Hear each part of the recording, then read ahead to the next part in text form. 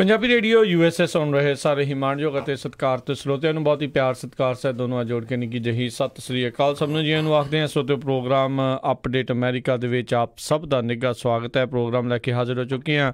ਇਸ ਪ੍ਰੋਗਰਾਮ ਦੇ ਵਿੱਚ ਜਿਹੜੇ ਅੱਜ ਦੇ ਸ਼ਨੀਚਰਵਾਰ ਦੇ ਇਸ ਵਿਸ਼ੇਸ਼ ਪ੍ਰੋਗਰਾਮ ਦੇ ਵਿੱਚ ਗੱਲਬਾਤ ਸਾਡੀ ਆਪਣੀ ਟਰੱਕਿੰਗ ਇੰਡਸਟਰੀ ਦੇ ਨਾਲ ਜੁੜੀਆਂ ਹੋਈਆਂ ਖਬਰਾਂ ਦੇ ਉੱਤੇ ਜਿਹੜੀ ਉਹ ਅਹਿਮ ਰਹਿੰਦੀ ਆ। ਅਤੇ ਮੇਰੇ ਨਾਲ ਇਸ ਟਾਈਮ ਪ੍ਰੋਗਰਾਮ ਦੇ ਵਿੱਚ ਜੁੜ ਚੁੱਕੇ ਨੇ ਹਰਜੋਤ ਸਿੰਘ ਖਾਲਸਾ ਜੀ, ਸਵਾਗਤ ਹੈ। ਸਤਿ ਸ਼੍ਰੀ ਅਕਾਲ ਜੀ। ਸਤਿ ਸ਼੍ਰੀ ਅਕਾਲ ਜੀ। ਪੰਜਾਬੀ ਰੇਡੀਓ USA ਦੇ ਜਿੰਨੇ ਵੀ ਸਰੋਤੇ ਸਾਡੇ ਸਾਰੇ ਹੀ AM station 1450 AM Yuba City, 96.5 FM Yuba City, ਇਸੇ ਤਰ੍ਹਾਂ 1470 AM Sacramento, 1300 AM Fresno, 1350 AM Bakersfield ਅਤੇ ਨਾਲ ਦੀ ਨਾਲ ਸਾਈਡ ਵੈਂਡ ਵਾਲੇ ਰੇਡੀਓ ਸਟੇਸ਼ਨ ਜਿਹੜੇ ਘਰਾਂ ਦੇ ਵਿੱਚ ਰੇਡੀਓ ਸੈਟਸ 'ਤੇ ਤੁਸੀਂ ਸੁਣ ਰਹੇ ਹੋ। ਸੈਨੋਜ਼ੇ, ਬਰਕਲੇ, ਸਟਾਕਟਨ, ਮੋਡੈਸਟੋ, ਟਰੇਸੀ, ਮੰਟੀਕਾ ਅਤੇ ਆਈਫੋਨ ਅਤੇ ਐਂਡਰੋਇਡ ਦੀ ਐਪਸ ਦੇ ਰਾਹੀਂ, ਇਸੇ ਤਰ੍ਹਾਂ ਟੈਲੀਫੋਨ ਦੇ ਉੱਤੇ ਅਤੇ ਫੇਸਬੁੱਕ ਦੇ ਉੱਤੇ ਜਿਹੜੇ ਲਾਈਵ ਸੁਣ ਰਹੇ ਅਤੇ ਦੇਖ ਰਹੇ ਸਾਰਿਆਂ ਨੂੰ ਜੀ ਆਇਆਂ ਨੂੰ ਅਤੇ ਬਹੁਤ ਹੀ ਪਿਆਰ ਅਤੇ ਸਤਿਕਾਰ ਭਰੀ ਸਤਿ ਸ਼੍ਰੀ ਅਕਾਲ ਸਰੋਤਿਓ। ਅੱਜ ਅਗਸਤ ਦੀ 18 ਤਰੀਕ ਆ ਅਤੇ ਦਿਨ ਜਿਹੜਾ ਆ ਸ਼ਨੀਚਰਵਾਰ ਜੀ। ਅਤੇ ਆਪਣੇ ਨਾਲ ਹਰ ਵਾਰ ਦੀ ਤਰ੍ਹਾਂ ਜਿਹੜੇ ਅੱਜ ਜੁੜ ਚੁੱਕੇ ਨੇ ਰਮਨ ਸਿੰਘ ਢਿੱਲੋਂ ਜੀ। ਰਮਨ ਜੀ ਆਇਆਂ ਨੂੰ ਸਵਾਗਤ ਹੈ। ਸਤਿ ਸ਼੍ਰੀ ਅਕਾਲ ਜੀ। ਸਤਿ ਸ਼੍ਰੀ ਅਕਾਲ ਜੀ। ਸਾਰੇ ਸੁਣਨ ਵਾਲਿਆਂ ਨੂੰ ਪਿਆਰ ਭਰੀ ਸਤਿ ਸ਼੍ਰੀ ਅਕਾਲ ਜੀ। ਪ੍ਰੋਗਰਾਮ ਸ਼ੁਰੂ ਕਰਨ ਤੋਂ ਪਹਿਲਾਂ ਸਾਡੇ ਅੱਜ ਦੇ ਜਿਹੜੇ ਸਪਾਂਸਰਸ ਉਹਨਾਂ ਦਾ ਧੰਨਵਾਦ ਕਰਦੇ ਹਾਂ, ਜਿਨ੍ਹਾਂ ਨੇ ਅਪਡੇਟ ਅਮਰੀਕਾ ਨੂੰ ਤੁਹਾਡੇ ਸਾਰਿਆਂ ਤੱਕ ਪਹੁੰਚਾਉਣ ਪੰਜਾਬੀ ਰੇਡੀਓ USA ਦਾ ਸਹਿਯੋਗ ਦਿੱਤਾ। ਖਾਲਸਾ ਇੰਸ਼ੋਰੈਂਸ ਏਜੰਸੀ ਵਾਲੇ, ਜਿਨ੍ਹਾਂ ਦੇ ਕੋਲੋਂ ਤੁਸੀਂ ਹਰ ਇੱਕ ਤਰੀਕੇ ਦੀ ਇੰਸ਼ੋਰੈਂਸ ਕਰਵਾ ਸਕਦੇ ਹੋ। ਪੂਰੇ ਅਮਰੀਕਾ ਭਰ ਦੇ ਵਿੱਚ ਇੰਸ਼ੋਰੈਂਸ ਕਰਦੇ ਨੇ। ਇੰਸ਼ੋਰੈਂਸ ਬਾਰੇ ਪਤਾ ਕਰਨ ਲਈ ਕਾਲ ਕਰੋ। ਇਹਨਾਂ ਦਾ ਨੰਬਰ 408-272-2500। ਇਸ ਦੇ ਨਾਲ ਸੰਤੋਖ ਸਿੰਘ, ਪਰਮਜੀਤ ਕੌਰ ਬਾਸੀ ਫਰੀਮੌਂਟ, ਨਰਜੀਤ ਸਿੰਘ, ਕੁਲਵੰਤ ਕੌਰ ਪੱਡਾ ਰੋਜ਼ਵਿਲ, ਮਨਜੀਤ ਸਿੰਘ, ਨਰਿੰਦਰ ਕੌਰ ਕੁਲਾਰ ਕਲੋਵਿਸ, ਬਿੰਦਰ ਧਾਲੀਵਾਲ ਬੇਕਰਸਫੀਲਡ, ਜਰਨੈਲ ਸਿੰਘ ਜੌਹਲ ਲਿਨਵੁੱਡ ਅਤੇ ਕਰਨੈਲ ਸਿੰਘ ਰੰਧਾਵਾ ਸੈਕਰਾਮੈਂਟੋ। ਅਤੇ ਪੰਜਾਬੀਆਂ ਦੀ ਜਿਹੜੀ ਆਪਣੀ ਟਰੱਕਰਸ ਦੀ ਜਿਹੜੀ ਆ organization association NAPTA, North American Punjabi Trucking Association. ਇਸ ਦੇ ਬਾਰੇ ਹੋਰ ਜਾਣਕਾਰੀ ਲਈ ਇਹਨਾਂ ਦੀ ਵੈਬਸਾਈਟ ਵਿਜ਼ਿਟ ਕਰੋ gonapta.org। ਇਹਨਾਂ ਸਾਰਿਆਂ ਦਾ ਅਸੀਂ ਬਹੁਤ ਬਹੁਤ ਧੰਨਵਾਦ ਕਰਦੇ ਹਾਂ। ਜੇਕਰ ਤੁਸੀਂ ਜਾਂ ਕੋਈ ਹੋਰ ਕਾਰੋਬਾਰ ਇਸ ਪ੍ਰੋਗਰਾਮ ਨੂੰ ਸਪਾਂਸਰ ਕਰਨਾ ਚਾਹੁੰਦੇ ਹੋ, ਸੰਪਰਕ ਕਰੋ ਨੰਬਰ 408-722-7698 ਦੇ ਉੱਤੇ। ਜੀ ਹਰਜੋਤ ਸਿੰਘ ਜੀ, ਗੱਲਬਾਤ ਦਾ ਕਰਦੇ ਹਾਂ ਸਿਲਸਿਲਾ ਸ਼ੁਰੂ। ਸਭ ਤੋਂ ਪਹਿਲੀ ਖਬਰ ਵੱਲ ਆਈਏ। ਜਿਸ ਤਰ੍ਹਾਂ ਆਪਾਂ ਕੱਲ੍ਹ ਵੀ ਸਾਂਝੀ ਕੀਤੀ ਸੀ ਵੀ ਕਿਸ ਤਰ੍ਹਾਂ ਇੱਕ ਤਰਲੋਕ ਸਿੰਘ ਨਾਮ ਦੇ ਸਿੱਖ ਨੂੰ ਨਿਊ ਜਰਸੀ ਦੇ ਵਿੱਚ, ਜਿਹਦਾ ਡੇਲੀ ਸਟੋਰ ਸੀ, ਉਹਨੂੰ ਪਰਸੋਂ ਜਿਹੜਾ ਆ ਚਾਕੂ ਮਾਰ ਕੇ ਮਾਰ ਦਿੱਤਾ ਗਿਆ ਸੀ। ਲਗਭਗ 7:30 ਵਜੇ ਦੇ ਕਰੀਬ ਸਵੇਰ ਨੂੰ park and deli and grocery store ਸੀ ਉਹਦਾ, ਨਾਰਥ ਪਾਰਕ ਸਟਰੀਟ 'ਤੇ। ਸੋ ਇਹ ਸਭ ਕੁਝ ਉੱਥੇ ਵਾਪਰਿਆ ਨਿਊ ਜਰਸੀ ਸਟੇਟ ਦੇ ਵਿੱਚ, ਜਿੱਥੇ ਦੇ ਅਟਾਰਨੀ ਜਨਰਲ ਆਪਣੇ ਇੱਕ ਸਿੱਖ ਨੌਜਵਾਨ ਗੁਰਵੀਰ ਸਿੰਘ ਗਰੇਵਾਲ। ਸੋ ਹੁਣ ਇਸ ਇੰਸੀਡੈਂਟ 'ਤੇ ਜਿਹੜੀ ਸਿੱਖ ਕਮਿਊਨਿਟੀ ਆ ਉਹ ਪੂਰੀ ਤਰ੍ਹਾਂ ਟੁੱਟੀ ਪਈ ਆ ਅਤੇ ਉਹਨਾਂ ਨੇ ਇਕੱਠੇ ਹੋ ਕੇ ਕਿਹਾ ਆ ਵੀ ਇਹ ਜਿਹੜਾ ਅਟੈਕ ਆ, ਬਰੂਟਲ ਅਟੈਕ ਜਿਹੜਾ ਹੈਗਾ ਆ, ਬਹੁਤ ਮਾੜੀ ਗੱਲ ਹੋਈ ਹੈਗੀ ਆ। ਇਹਨੂੰ ਜਿਨ੍ਹਾਂ ਨੇ ਕੀਤਾ ਆ ਉਹਨਾਂ ਨੂੰ ਜਲਦੀ ਤੋਂ ਜਲਦੀ ਫੜਨਾ ਚਾਹੀਦਾ। ਅਤੇ ਦੂਸਰੇ ਪਾਸੇ ਪਿਛਲੇ 3 ਵੀਕਾਂ ਦੇ ਵਿੱਚ 3 ਸਿੱਖਾਂ ਦੇ ਉੱਤੇ ਇੱਦਾਂ ਦੇ ਅਟੈਕ ਹੋਏ ਆ। ਇਹਦੀ ਅਨਫੋਰਚੂਨੇਟਲੀ ਨਿਊ ਜਰਸੀ ਦੇ ਵਿੱਚ ਮੌਤ ਹੋ ਗਈ। ਇਸੇ ਤਰ੍ਹਾਂ ਮੰਟੀਕੇ 'ਚ ਬਜ਼ੁਰਗ ਨੂੰ ਕੁੱਟਿਆ ਗਿਆ। ਕੀਜ਼ ਮੋਡੈਸਟੋ ਏਰੀਏ ਦੇ ਵਿੱਚ ਇੱਕ ਸਿੱਖ ਨੂੰ ਜਿਹੜਾ ਕੁੱਟਿਆ ਗਿਆ।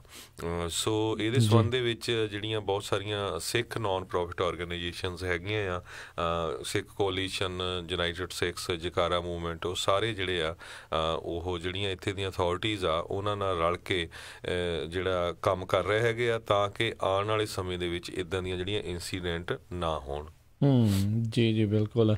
ਸੋ ਪਿਛਲੇ ਕੁਛ ਦਿਨਾਂ ਜਦੋਂ ਤੁਸੀਂ ਦੱਸਿਆ ਵੀ ਰੀਸੈਂਟਲੀ 1 ਮਹੀਨੇ ਦੇ ਵਿੱਚ ਜਿਹੜੀਆਂ ਇੱਦਾਂ ਦੀਆਂ ਘਟਨਾਵਾਂ ਜਿਹੜੀਆਂ ਆ ਉਹ ਹੋਈਆਂ ਨੇ, ਜਿਹੜੀ ਆਪਣੀ ਕਮਿਊਨਿਟੀ ਦੇ ਨਾਲ ਜਿਹੜੀਆਂ ਖਾਸ ਕਰਕੇ ਸੰਬੰਧਿਤ। ਉਸ ਤੋਂ ਪਹਿਲਾਂ ਵੀ ਆਪਾਂ ਦੇਖਿਆ ਗਿਆ ਸੀ ਜਿਹੜੀ LA ਸਾਈਡ ਦੇ ਉੱਤੇ ਇੱਕ ਬਜ਼ੁਰਗ ਨੂੰ ਵੀ ਜਿਹੜਾ ਬੜੀ ਬੁਰੀ ਤਰ੍ਹਾਂ ਜਿਹੜਾ ਕਿਸੇ ਨੇ ਕੁੱਟਿਆ ਸੀਗਾ ਜੀ। ਅਤੇ ਅਗਲੀਆਂ ਜਿਹੜੀਆਂ ਆਪਾਂ ਹਰਜੋਤ ਸਿੰਘ ਜੀ ਗੱਲਾਂ ਉਸ ਦੇ ਉੱਤੇ ਖਬਰਾਂ ਦੇ ਉੱਤੇ ਜਿਹੜੀ ਨਜ਼ਰ ਮਾਰਦੇ ਹਾਂ, ਯੂਨਾਈਟਿਡ ਨੇਸ਼ਨ ਦੇ ਜਿਹੜੇ ਕਾਫੀ ਮਸ਼ਹੂਰ ਜਨਰਲ ਸਕੱਤਰ ਜਿਹੜੇ ਰਹੇ ਸੀ ਅਤੇ ਜਿਨ੍ਹਾਂ ਨੇ ਨੋਬਲ ਪੀਸ ਪੁਰਸਕਾਰ ਦੇ ਵੀ ਜਿਹੜੇ ਜੇਤੂ ਰਹੇ ਸੀ, ਕੋਫੀ ਅਨਾਨ, ਉਹਨਾਂ ਦੀ ਕਹਿੰਦੇ 80 ਸਾਲ ਦੀ ਉਮਰ ਦੇ ਵਿੱਚ ਜਿਹੜਾ ਦੇਹਾਂਤ ਹੋ ਗਿਆ ਆ। ਯੂਨਾਈਟਿਡ ਨੇਸ਼ਨ ਦੇ ਕਾਫੀ ਲੰਮਾ ਸਮਾਂ ਇਹ ਜਿਹੜੇ ਜਨਰਲ ਸਕੱਤਰ ਜਿਹੜੇ ਉਹ ਰਹੇ ਸੀਗੇ। ਅਤੇ ਬਿਲਕੁਲ ਇਹ ਜਿਹੜੇ ਅਫਰੀਕਨ ਨੇਸ਼ਨ ਤੋਂ ਜਿਹੜੇ ਸੀਗੇ, ਉਸ ਕੰਟੀਨੈਂਟ ਤੋਂ ਸੀਗੇ। ਅਤੇ ਪਹਿਲੇ ਜਿਹੜੇ ਬਲੈਕ ਅਫਰੀਕਨ ਜਨਰਲ ਸੈਕਟਰੀ ਜਿਹੜੇ ਉਹ ਸੀਗੇ, ਜਿਨ੍ਹਾਂ ਨੂੰ UN ਦੇ ਜਿਹੜੇ ਜਨਰਲ ਸਕੱਤਰ ਦਾ ਜਿਹੜਾ ਅਹੁਦਾ ਆ ਉਹ ਮਿਲਿਆ ਸੀ, ਆਪਣੇ 80 ਸਾਲ ਦਾ ਜੀਵਨ ਬਤੀਤ ਕਰਦੇ ਹੋਏ ਪਿਛਲੇ ਦਿਨੀ ਜਿਹੜੀ ਆ ਉਹ ਦੇਹਾਂਤ ਉਹਨਾਂ ਦਾ ਹੋ ਗਿਆ ਆ। ਜੀ ਤੇ ਅੱਜ ਸਾਡਾ ਸਪੈਸ਼ਲੀ ਟਰੱਕਿੰਗ ਦਾ ਪ੍ਰੋਗਰਾਮ ਹੁੰਦਾ ਤੇ ਟਰੱਕਿੰਗ ਦੇ ਨਾਲ ਰਿਲੇਟਡ ਆਪਾਂ ਜਿਹੜੀਆਂ ਕੁਝ ਖਬਰਾਂ ਆ ਉਹ ਵੀ ਨਾਲ ਦੀ ਨਾਲ ਸਾਂਝੀਆਂ ਕਰਦੇ ਰਹਾਂਗੇ। ਨਾਲ ਦੀ ਨਾਲ ਜਿਹੜੀਆਂ ਦੁਨੀਆ ਦੇ ਵਿੱਚ ਜਾਂ ਲੋਕਲੀ ਕੀ ਕੁਝ ਵਾਪਰਿਆ ਉਹ ਵੀ ਤੁਹਾਡੇ ਨਾਲ ਸਾਂਝੀਆਂ ਕਰਦੇ ਰਹਾਂਗੇ। ਜੀ ਬਿਲਕੁਲ। ਤੇ ਆਪਾਂ ਜਿਹੜੀ ਹਰਜੋਤ ਸਿੰਘ ਜੀ ਜੇ ਟਰੱਕਿੰਗ ਨਿਊਜ਼ ਦੇ ਉੱਤੇ ਨਜ਼ਰ ਮਾਰਨੀ ਸ਼ੁਰੂ ਕਰੀਏ, ਬੀਤੇ ਦਿਨੀ ਆਈ ਐਮ ਇੰਡੀਪੈਂਡੈਂਟ ਦਾ ਜਿਹੜਾ ਆ ਉਹ ਪ੍ਰੋਟੈਸਟ ਆ ਉਹ ਦੇਖਿਆ ਗਿਆ ਸੀਗਾ, ਜਿਹੜਾ ਸੈਕਰਾਮੈਂਟੋ ਦੇ ਵਿੱਚ ਹੋਇਆ। ਰਮਨ ਸਿੰਘ ਹੁਣੀ ਵੀ ਜਿਹੜੇ ਉੱਥੇ ਪਹੁੰਚੇ ਹੋਏ ਸੀ। ਸਭ ਤੋਂ ਪਹਿਲਾਂ ਤਾਂ ਰਮਨ ਸਿੰਘ ਜੀ ਜ਼ਰੂਰ ਇਸ ਪ੍ਰੋਟੈਸਟ ਦਾ ਬੈਕਗਰਾਊਂਡ ਦੱਸੋ, ਕਿਉਂ ਹੋ ਰਿਹਾ ਸੀ? ਕਿਉਂਕਿ ਆਪਾਂ ਕਾਫੀ ਲੰਮੇ ਸਮੇਂ ਤੋਂ ਇਹ ਜਿਹੜੇ ਸੁਪਰੀਮ ਕੋਰਟ ਦੀ ਰੂਲਿੰਗ ਨੂੰ ਲੈ ਕੇ, ਡਿਸੀਜਨ ਨੂੰ ਲੈ ਕੇ ਆਪਾਂ ਗੱਲਬਾਤ ਕਰਦੇ ਆ ਰਹੇ ਹਾਂ। ਸੋ ਜਿਨ੍ਹਾਂ ਨੂੰ ਅਜੇ ਤੱਕ ਨਹੀਂ ਪਤਾ ਲੱਗਾ ਜ਼ਰੂਰ ਉਹਨਾਂ ਬਾਰੇ ਥੋੜ੍ਹੀ ਜਿਹੀ ਜਾਣਕਾਰੀ ਦੇ ਦਿਓ, ਅਤੇ ਪ੍ਰੋਟੈਸਟ ਦੇ ਨਾਲ ਕੀ ਜਿਹੜਾ ਅਸਰ ਆ ਇਸ ਡਿਸੀਜਨ ਦੇ ਨਾਲ ਹੋਣਾ ਉਸ ਦੇ ਬਾਰੇ ਵੀ ਜਾਣਕਾਰੀ ਦਿਓ ਜੀ। ਜੀ ਬਿਲਕੁਲ ਜੀ, ਇਹ ਜਿਹੜਾ ਪ੍ਰੋਟੈਸਟ ਹੈਗਾ ਆ ਇਹ ਬਹੁਤ ਜਲਦੀ ਕੁਇਕਲੀ ਜਿਹੜਾ ਆਰਗੇਨਾਈਜ਼ ਕੀਤਾ ਗਿਆ ਸੀ, ਕਿਉਂਕਿ ਜਿਹੜੀ ਲੈਜਿਸਲੇਸ਼ਨ ਹੈਗੀ ਆ ਆਪਣੀ ਸੈਕਰਾਮੈਂਟੋ ਦੇ ਵਿੱਚ, ਉਹਨਾਂ ਦਾ ਡੈਡਲਾਈਨ ਜਿਹੜੀ ਹੈ ਸੈਸ਼ਨ ਦੀ ਹੈਗੀ ਆ August 31 ਹੈਗੀ ਆ। ਤੇ ਇਹਨੂੰ ਟਰਾਈ ਕੀਤੀ ਗਈ ਸੀਗੀ ਇਸ ਜਿਹੜੇ ਪ੍ਰੋਟੈਸਟ ਨੂੰ ਉੱਥੇ ਕਰਨ ਦੀ, ਕਿ ਉਹਦੇ ਵਿੱਚ ਜਿਹੜਾ ਇਹ ਡਿਸੀਜਨ ਹੈਗਾ ਡਾਇਨਾਮਿਕਸ ਕਾਰਪੋਰੇਸ਼ਨ ਵਾਲਾ ਜਿਹੜਾ ਡਿਸੀਜਨ ਹੈਗਾ ਉਹਦੇ ਤੇ ਉਹਨੂੰ ਪੌਜ਼ ਕੀਤਾ ਜਾ ਸਕੇ। ਉਹਨੂੰ ਖਤਮ ਤਾਂ ਨਹੀਂ ਕੀਤਾ ਜਾ ਸਕਦਾ ਇਸ ਵੇਲੇ, ਉਹਨੂੰ ਪੌਜ਼ ਕੀਤੇ ਜਾਣ ਦੀ ਟਰਾਈ ਕੀਤੀ ਸੀ ਕਿ ਇਹਨੂੰ ਐਟਲੀਸਟ ਜਦੋਂ ਉਹਨਾਂ ਦਾ ਨੈਕਸਟ ਸੈਸ਼ਨ ਸ਼ੁਰੂ ਹੋਣਾ ਨੈਕਸਟ ਈਅਰ, ਉਦੋਂ ਤੱਕ ਇਹਨੂੰ ਪੌਜ਼ ਕਰ ਦਿੱਤਾ ਜਾਵੇ, ਇਹਨੂੰ ਖੜਾ ਕਰ ਦਿੱਤਾ ਜਾਵੇ, ਸਟਾਪ ਕਰ ਦਿੱਤਾ ਜਾਵੇ। ਸੋ ਇਹਦੇ ਸਿਲਸਿਲੇ ਦੇ ਵਿੱਚ ਇਹ ਜਿਹੜੀ ਸਾਰਾ ਜਿਹੜਾ ਆਈ ਐਮ ਇੰਡੀਪੈਂਡੈਂਟ ਜਿਹੜਾ ਮੂਵਮੈਂਟ ਸੀਗੀ ਇਹ ਉੱਥੇ ਹੋਏ ਸੀਗੇ, ਆਏ ਸੀਗੇ ਸਾਰੇ ਜਾਣੇ। ਸੋ ਇਹਦੇ ਵਿੱਚ ਮੈਂ ਵੀ ਸ਼ਿਰਕਤ ਕੀਤੀ ਉੱਥੇ, ਤੇ ਮੈਨੂੰ ਵੀ ਮੌਕਾ ਮਿਲਿਆ। ਸਾਰਾ ਦਿਨ ਅਸੀਂ ਮੀਟਿੰਗਸ ਜਿਹੜੀਆਂ ਸੀਗੀਆਂ ਲੈਜਿਸਲੇਟਰਸ ਦੇ ਨਾਲ, ਸੈਨੇਟਰਸ ਦੇ ਨਾਲ, ਅਸੈਂਬਲੀਮੈਨ ਦੇ ਨਾਲ, ਸਾਰਾ ਦਿਨ ਸਾਡੀਆਂ ਮੀਟਿੰਗਸ ਜਿਹੜੀਆਂ ਉਹ ਡਿਫਰੈਂਟ ਸਮੇਂ ਤੇ ਡਿਫਰੈਂਟ ਰੂਮਸ ਦੇ ਵਿੱਚ ਚੱਲਦੀਆਂ ਰਹੀਆਂ। ਤੇ ਇਹਦੀ ਥੋੜ੍ਹੀ ਜਿਹੀ ਬੈਕਗਰਾਊਂਡ ਮੈਂ ਦੱਸ ਦਿਆਂ ਕਿ ਇੱਕ ਕੇਸ ਜਿਹੜਾ ਡਾਇਨਾਮਿਕਸ ਦਾ LA ਦੇ ਵਿੱਚ ਕੇਸ ਚੱਲ ਰਿਹਾ ਹੈਗਾ ਆ, ਡਾਇਨਾਮਿਕਸ ਕਾਰਪੋਰੇਸ਼ਨ ਦੇ ਉਹਦੇ EMPLOYEES ਦੇ ਵਿੱਚ। ਸੋ ਉਹ ਇੱਕ ਕੇਸ ਦੇ ਵਿੱਚ ਜਿਹੜਾ ਸੀਗਾ ਇਹ ਕਲੈਰੀਫਿਕੇਸ਼ਨ ਸੁਪਰੀਮ ਕੋਰਟ ਨੇ ਦਿੱਤੀ ਸੀ, ਕੈਲੀਫੋਰਨੀਆ ਸੁਪਰੀਮ ਕੋਰਟ ਨੇ, ਕਿ ਇੱਕ EMPLOYEE ਤੇ ਇੰਡੀਪੈਂਡੈਂਟ ਕਾਂਟਰੈਕਟਰ ਜਿਹੜਾ ਆ ਉਹਨੂੰ ਕਿੱਦਾਂ ਕੰਪਨੀ ਨੇ ਡਿਫਰੈਂਸ਼ੀਏਟ ਕਰਨਾ, ਕਿ ਮੇਰਾ ਉਹਨੂੰ ਕਿੱਦਾਂ ਕਲਾਸੀਫਾਈ ਕਰਨਾ ਕਿ ਇਹ ਮੇਰਾ ਇੰਡੀਪੈਂਡੈਂਟ ਕਾਂਟਰੈਕਟਰ ਆ ਜਾਂ ਇਹ ਮੇਰਾ EMPLOYEE ਆ ਜੀ। ਸੋ ਉਹ ਜਿਹੜੀ ਕਲੈਰੀਫਿਕੇਸ਼ਨ ਦਿੱਤੀ ਉਹਨਾਂ ਨੇ, ਉਹ ਕਲੈਰੀਫਿਕੇਸ਼ਨ ਬੇਸਿਕਲੀ ਇੱਕ ਹਿਸਾਬ ਦੀ ਜਿਹੜੀ ਆ ਉਹ ਡਿਸੀਜਨ ਹੋ ਕੇ ਨਿਕਲੀ ਆ ਉੱਥੋਂ।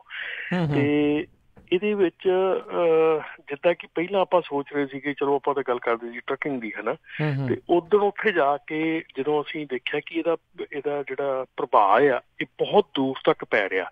ਇਹ ਇਕੱਲਾ ਇੱਕ ਟਰੱਕਿੰਗ ਇੰਡਸਟਰੀ ਦੇ ਨਾਲ ਰਿਲੇਟਡ ਜਿਹੜਾ ਇਹ ਨਹੀਂ ਹੈਗਾ। ਕੈਲੀਫੋਰਨੀਆ ਦੇ ਵਿੱਚ ਆਲਮੋਸਟ 2 ਮਿਲੀਅਨ ਜਿਹੜੇ ਹੈਗੇ ਆ ਇੰਡੀਪੈਂਡੈਂਟ ਕਾਂਟਰੈਕਟਰ ਹੈਗੇ ਆ, ਜਿਨ੍ਹਾਂ ਦੇ ਵਿੱਚ ਆਪਣੇ ਟਰੱਕਰ ਵੀ ਆ। ਔਰ ਹੈਰਾਨੀ ਦੀ ਗੱਲ ਸੀ ਕਿ ਉੱਥੇ doctors association, nursing, music school, ਕੋਈ ਮਤਲਬ ਕਿ ਹਿਸਾਬ ਨਹੀਂ ਸੀ ਵੀ ਕਿਹੜੀ ਸਿਚੁਏਸ਼ਨ ਦੇ ਵਿੱਚੋਂ ਲੋਕੀ ਆ ਰਹੇ ਸੀਗੇ। ਔਰ ਸਾਰਿਆਂ ਨੂੰ ਇੰਪੋਰਟੈਂਟ ਸੀਗੀ ਕਿ ਮੈਜੋਰਟੀ ਸੀਗੇ ਆਪਣੇ ਟਰੱਕਿੰਗ ਵਾਲੇ। ਇਹ ਗੱਲ ਦੀ ਮਤਲਬ ਕਿ ਫਿਰ ਵੀ ਮੈਂ ਕਹੂੰਗਾ ਕਿ ਕਾਫੀ ਪ੍ਰਸ਼ੰਸਾ ਕਰਨੀ ਬਣਦੀ ਕਿ ਟਰੱਕਿੰਗ ਵਾਲੇ ਸਾਰਿਆਂ ਨੂੰ ਜ਼ਿਆਦਾ ਸੀਗੇ ਉੱਥੇ। ਪਰ ਉਹਦੇ ਨਾਲ ਦੇ ਨਾਲ ਜਿਹੜੇ ਸੀਗੇ ਡਾਕਟਰਸ ਐਸੋਸੀਏਸ਼ਨ ਦੇ ਬੰਦੇ ਜਿਹੜੇ ਆਇਆ ਸੀਗਾ, ਉਹਨਾਂ ਨੇ, ਕਿਉਂਕਿ ਆਮ ਤੌਰ 'ਤੇ ਆਪਾਂ ਦੇਖਦੇ ਹਾਂ ਕਿ ਡਾਕਟਰਸ ਜਿਹੜੇ ਆ ਕਈ ਹੋਸਪਿਟਲਸ ਦੇ ਵਿੱਚ ਕੰਮ ਕਰਦੇ ਹੁੰਦੇ ਆ, ਡਿਫਰੈਂਟ ਹੋਸਪਿਟਲਸ 'ਚ, ਤੇ ਉਹ ਐਜ਼ ਅ ਇੰਡੀਪੈਂਡੈਂਟ ਕਾਂਟਰੈਕਟਰ ਕੰਮ ਕਰ ਰਹੇ ਹੁੰਦੇ ਆ ਹਰ ਇੱਕ ਡਿਫਰੈਂਟ ਹੋਸਪਿਟਲ 'ਚ। ਤੇ ਇਹ ਜਿਹੜੀ ਰੂਲਿੰਗ ਹੈ ਉਹਨਾਂ 'ਤੇ ਵੀ ਲਾਗੂ ਹੋਣੀ ਹੈ, ਤੇ now they have to be a EMPLOYEE of those hospitals, ਹੈ ਨਾ। ਏਦਾਂ ਹੀ ਨਰਸਿਸ ਆ, ਜਿਹੜੀਆਂ ਨਰਸਿਸ ਡਿਫਰੈਂਟ ਹੋਸਪਿਟਲਸ ਦੇ ਨਾਲ ਔਨ ਕਾਲ ਬੇਸਿਸ ਤੇ ਇੰਡੀਪੈਂਡੈਂਟ ਕਾਂਟਰੈਕਟਰ ਕੰਮ ਕਰਦੀਆਂ, ਉਹ ਵੀ ਜਿਹੜੇ ਆ ਉਹ as a EMPLOYEE, W2 EMPLOYEE ਦੇ ਸਰਕਲ ਦੇ ਵਿੱਚ ਆ ਜਾਂਦੇ ਆ। ਈਵਨ ਬਾਰਬਰ ਜਿਹੜਾ ਆ, ਦੂਸਰੇ ਬਾਰਬਰ ਨੂੰ ਹਾਇਰ ਕਰਦਾ ਆਪਣੀ ਸ਼ਾਪ ਤੇ ਐਜ਼ ਅ ਇੰਡੀਪੈਂਡੈਂਟ ਕਾਂਟਰੈਕਟਰ, ਉਹ ਵੀ W2 EMPLOYEE ਦੇ ਸਰਕਲ ਦੇ ਵਿੱਚ ਆ ਜਾਂਦਾ ਇਸ ਰੂਲਿੰਗ ਦੇ ਨਾਲ। ਸੋ ਇੱਦਾਂ ਹੀ ਜਿਹੜੇ ਸਾਡੇ ਟਰੱਕਿੰਗ ਕੰਪਨੀ ਆ, ਉਹਦੇ ਵਿੱਚ ਵੀ ਜੇ ਇੱਕ ਟਰੱਕਿੰਗ ਕੰਪਨੀ ਦੂਜੀ ਟਰੱਕਿੰਗ ਕੰਪਨੀ ਨੂੰ ਹਾਇਰ ਕਰਦੀ ਆ ਲੋਡ ਕਰਨ ਵਾਸਤੇ, ਤੇ ਉਹ ਜਿਹੜੀ ਸੈਕੰਡ ਟਰੱਕਿੰਗ ਕੰਪਨੀ ਆ ਉਹ ਐਜ਼ ਅ EMPLOYEE ਬਣ ਜਾਂਦੀ ਆ।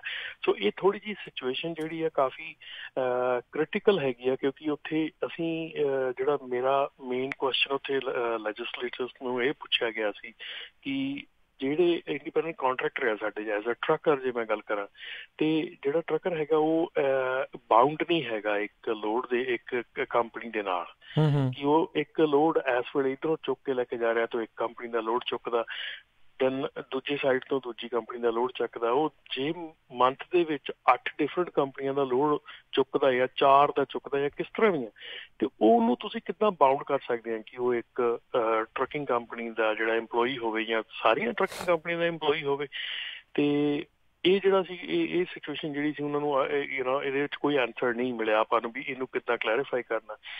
ਤੇ ਉਸ ਤੋਂ ਬਾਅਦ ਜਿਹੜਾ ਸੈਕੰਡ ਕੁਐਸਚਨ ਸੀਗਾ ਉਹ ਇਹ ਸੀਗਾ ਕਿ ਜਿਹੜੇ ਹੁਣ ਇੰਡੀਪੈਂਡੈਂਟ ਕੰਟਰੈਕਟਰ ਸਾਡੇ ਹੈਗੇ ਆ ਇੰਡੀਪੈਂਡੈਂਟ ਡਰਾਈਵਰ ਹੈਗੇ ਆ ਉਹਨਾਂ ਨੇ ਆਪਣੀਆਂ ਕਾਰਪੋਰੇਸ਼ਨ ਸੈੱਟ ਕੀਤੀਆਂ ਹੋਈਆਂ ਉਹਨਾਂ ਨੇ ਆਪਣਾ ਸਿਸਟਮ ਸੈੱਟ ਕੀਤਾ ਉਹ ਆਪਣਾ ਟਰੱਕ ਦੀ ਪੇਮੈਂਟਸ ਦੇ ਰਹੇ ਆ ਸਾਰਾ ਕੁਝ ਦੇ ਰਹੇ ਆ।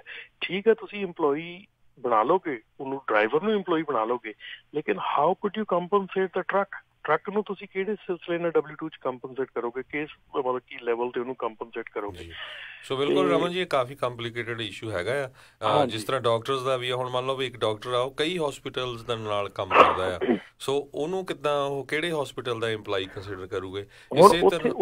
ਉੱਥੇ ਇਹੋ ਹੀ ਚੀਜ਼ ਉਹਨਾਂ ਨੇ ਕਹਿ ਦਿੱਤੀ ਸੀ ਡਾਕਟਰ ਨੇ ਵੀ ਇਹ ਚੀਜ਼ ਕਹੀ ਸੀ ਕਿ ਤੁਸੀਂ ਸਾਨੂੰ ਰੋਕ ਰਹੇ ਆ ਕਿ ਅਸੀਂ ਮਲਟੀਪਲ ਹਸਪੀਟਲਸ ਜਾ ਕੇ ਅਸੀਂ ਕੰਮ ਕਰ ਸਕੀਏ ਕਿ ਅਸੀਂ ਇੱਕ ਹਸਪੀਟਲ ਨਾਲ ਬਾਉਂਡ ਹੋ ਜਾਾਂਗੇ ਫਿਰ ਇੱਕ ਹਸਪੀਟਲ ਨਾਲ ਸਟਕ ਹੋ ਜਾਾਂਗੇ we can not provide services to another different hospitals.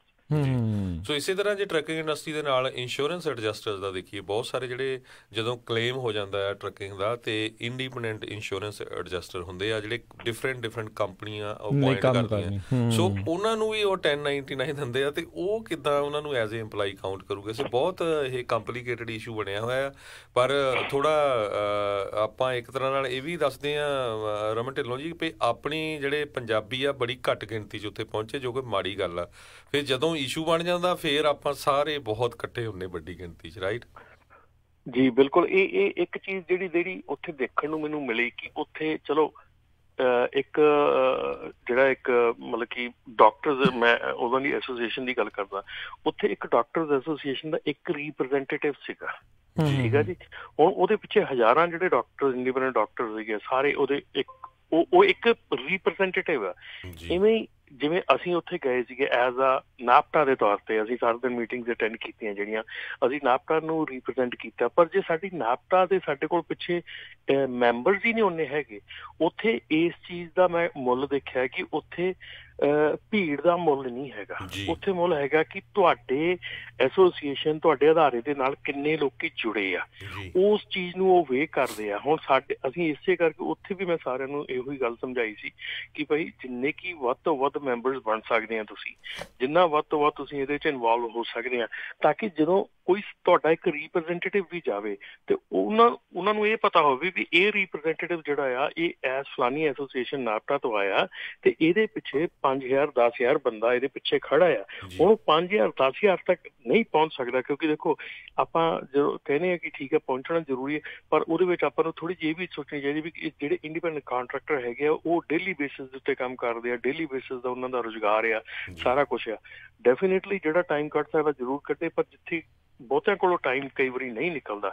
ਸੋ ਜੇ ਤੁਸੀਂ ਇੱਕ ਆਰਗੇਨਾਈਜੇਸ਼ਨ ਨੂੰ ਜੁਆਇਨ ਕਰਦੇ ਆ ਤਾਂ ਉਹ ਆਰਗੇਨਾਈਜੇਸ਼ਨ ਤੁਹਾਨੂੰ ਰੀਪ੍ਰੈਜ਼ੈਂਟ ਕਰਦੀ ਆ ਤੇ ਉਹ ਜਿਹੜਾ ਨੰਬਰਸ ਆ ਉਹ ਉੱਥੇ ਗੱਲ ਕਰਦੇ ਆ ਜੀ ਜੀ ਬਿਲਕੁਲ।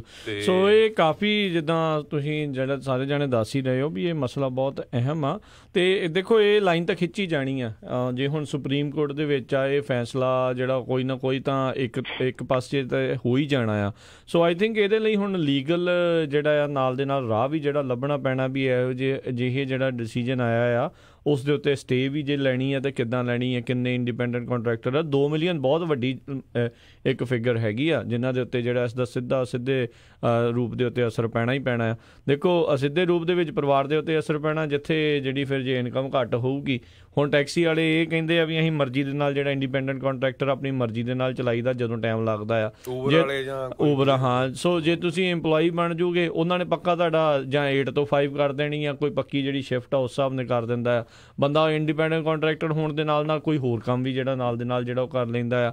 ਸੋ ਕਾਫੀ ਜਿਹੜੀਆਂ ਇਸ ਦੇ ਨਾਲ ਜਿਹੜੀਆਂ ਕਈ ਮੁਸ਼ਕਿਲਾਂ ਜਿਹੜੀਆਂ ਹੋਣਗੀਆਂ। ਸੋ ਆਪਣੇ ਕੰਸਰਨਸ ਜਿਹੜੇ ਉਹ ਜ਼ਰੂਰ ਦੱਸੋ ਵੀ ਕਿੱਦਾਂ ਜਿਹੜਾ ਉਹ ਸਾਰਾ ਕੁਛ ਜਿਹੜਾ ਉਹ ਹੋਊਗਾ, ਵੀ ਕੀ ਇਸ ਦੇ ਕਰਕੇ ਜੇ WTO ਹੁੰਦਾ ਵੀ ਆ ਤੇ ਕਿਹੜੀਆਂ ਚੀਜ਼ਾਂ ਜਿਹੜੀਆਂ ਉਹਨਾਂ ਨੂੰ ਉਸ ਚੀਜ਼ ਦੀ ਉਸ ਦੇ ਵਿੱਚ ਨਾਲ ਦੇ ਨਾਲ ਜਿਹੜੀ ਸਹੂਲਤ ਜਿਹੜੀ ਆ ਉਹ ਮਿਲਣੀ ਵੀ ਚਾਹੀਦੀ ਆ। ਸੋ ਆਈ ਗੈਸ ਇਹ ਕਾਫੀ ਇੱਕ ਲੰਬੀ ਲੜਾਈ ਜਿਹੜੀ ਆ ਉਹ ਖਾਸ ਕਰਕੇ ਜਿਹੜੇ ਇੰਡੀਪੈਂਡੈਂਟ ਕੰਟਰੈਕਟਰ ਆ ਉਹਨਾਂ ਦੀ ਜਿਹੜੀ ਆ ਛਿੜਨ ਵਾਲੀ ਆ ਜੀ। ਇਹਦੇ ਵਿੱਚ ਰਾਜਕਰਨ ਵੀ ਮੈਂ ਇੱਕ ਹੋਰ ਚੀਜ਼ ਐਡ ਕਰ ਦਿਆਂ ਕਿ ਇੰਡੀਪੈਂਡੈਂਟ ਕੰਟਰੈਕਟਰ ਦਾ ਜਿਹੜਾ ਅਸੀਂ ਜਦੋਂ ਜਿੰਨੇ ਵੀ ਸੈਨੇਟਰਸ ਨਾਲ ਉੱਥੇ ਜਿੰਨੇ ਵੀ ਆਪਣੇ ਸੀਗੇ ਅਸੈਂਬਲੀਮੈਨ ਰਿਪਰੈਜ਼ੈਂਟੇਟਿਵ ਸੀਗੇ ਉਹਨਾਂ ਦੇ ਅੱਗੇ ਜਿਨ੍ਹਾਂ ਨੇ ਵੀ ਗੱਲ ਕੀਤੀ ਆ, ਉਹਨਾਂ ਦੇ ਵਿੱਚ ਜਿਹੜਾ ਸਪੋਰਟ ਦਾ ਜਿਹੜਾ ਕੁਐਸਚਨ ਸੀਗਾ ਉਹ ਬਹੁਤ ਇੰਟੈਂਸ ਸੀਗਾ ਉੱਥੇ, ਕਿਉਂਕਿ ਜੇ ਆਪਾਂ 2 ਮਿਲੀਅਨ ਇੰਡੀਪੈਂਡੈਂਟ ਕੰਟਰੈਕਟਰ ਦੀ ਗੱਲ ਕਰ ਰਹੇ ਹਾਂ ਨਾ ਇਸ ਵੇਲੇ, ਤੇ ਇਹਦੇ ਆਪੋਜੀਸ਼ਨ ਤੇ ਦੂਜੀ ਸਾਈਡ ਤੇ 20 ਮਿਲੀਅਨ ਵਰਕਰ ਦੀ ਜਿਹੜੀ ਟੀਮਸਟਰ ਯੂਨੀਅਨਸ ਆ ਉਹ ਖੜੀਆਂ ਆ ਇਹਨੂੰ ਪਾਸ ਕਰਵਾਉਣ ਵਾਸਤੇ,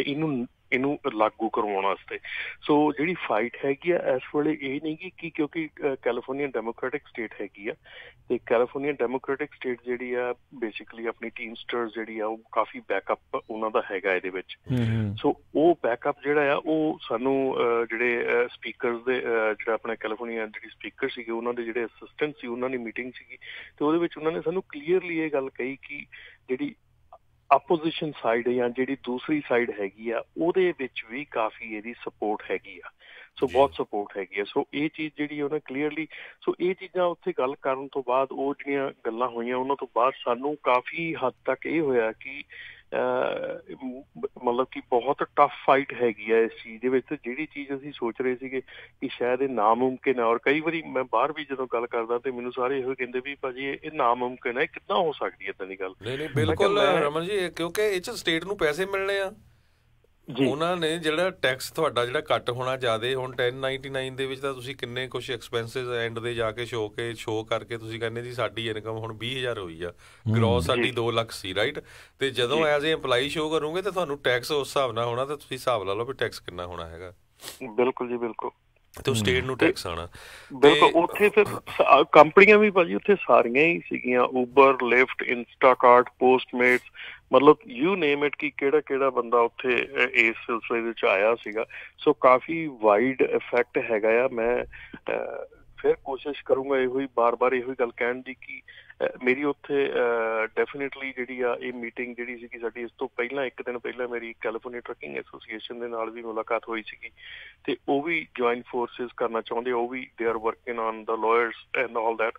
ਉਹਨਾਂ ਦੇ ਵੱਲੋਂ ਵੀ ਪੂਰੀ ਕੋਸ਼ਿਸ਼ ਕੀਤੀ ਜਾ ਰਹੀ ਹੈ। ਅਸੀਂ ਉਹਨਾਂ ਦੇ ਨਾਲ ਵੀ ਕੋਆਰਡੀਨੇਟ ਕਰ ਰਹੇ ਹਾਂ, ਨਾਲ ਹੀ ਵੈਸਟਰਨ ਸਟੇਟ ਟਰੱਕਿੰਗ ਐਸੋਸੀਏਸ਼ਨ ਹੈ ਉਹਦੇ ਨਾਲ ਵੀ ਕੋਆਰਡੀਨੇਟ ਕਰ ਰਹੇ ਹਾਂ, ਤਾਂ ਕਿ ਸਾਰੀਆਂ ਜਿਹੜੀਆਂ ਐਸੋਸੀਏਸ਼ਨਸ ਹੈਗੀਆਂ ਜਿਹੜੀਆਂ ਇੰਡੀਪੈਂਡੈਂਟ ਓਨਰ ਆਪਰੇਟਰ ਨੂੰ ਸਪੋਰਟ ਕਰ ਰਹੀਆਂ ਉਹ ਇਕੱਠੀਆਂ ਹੋ ਕੇ ਇਸ ਚੀਜ਼ ਨੂੰ ਫਾਈਟ ਕਰ ਸਕਣ। ਜੀ ਬਿਲਕੁਲ।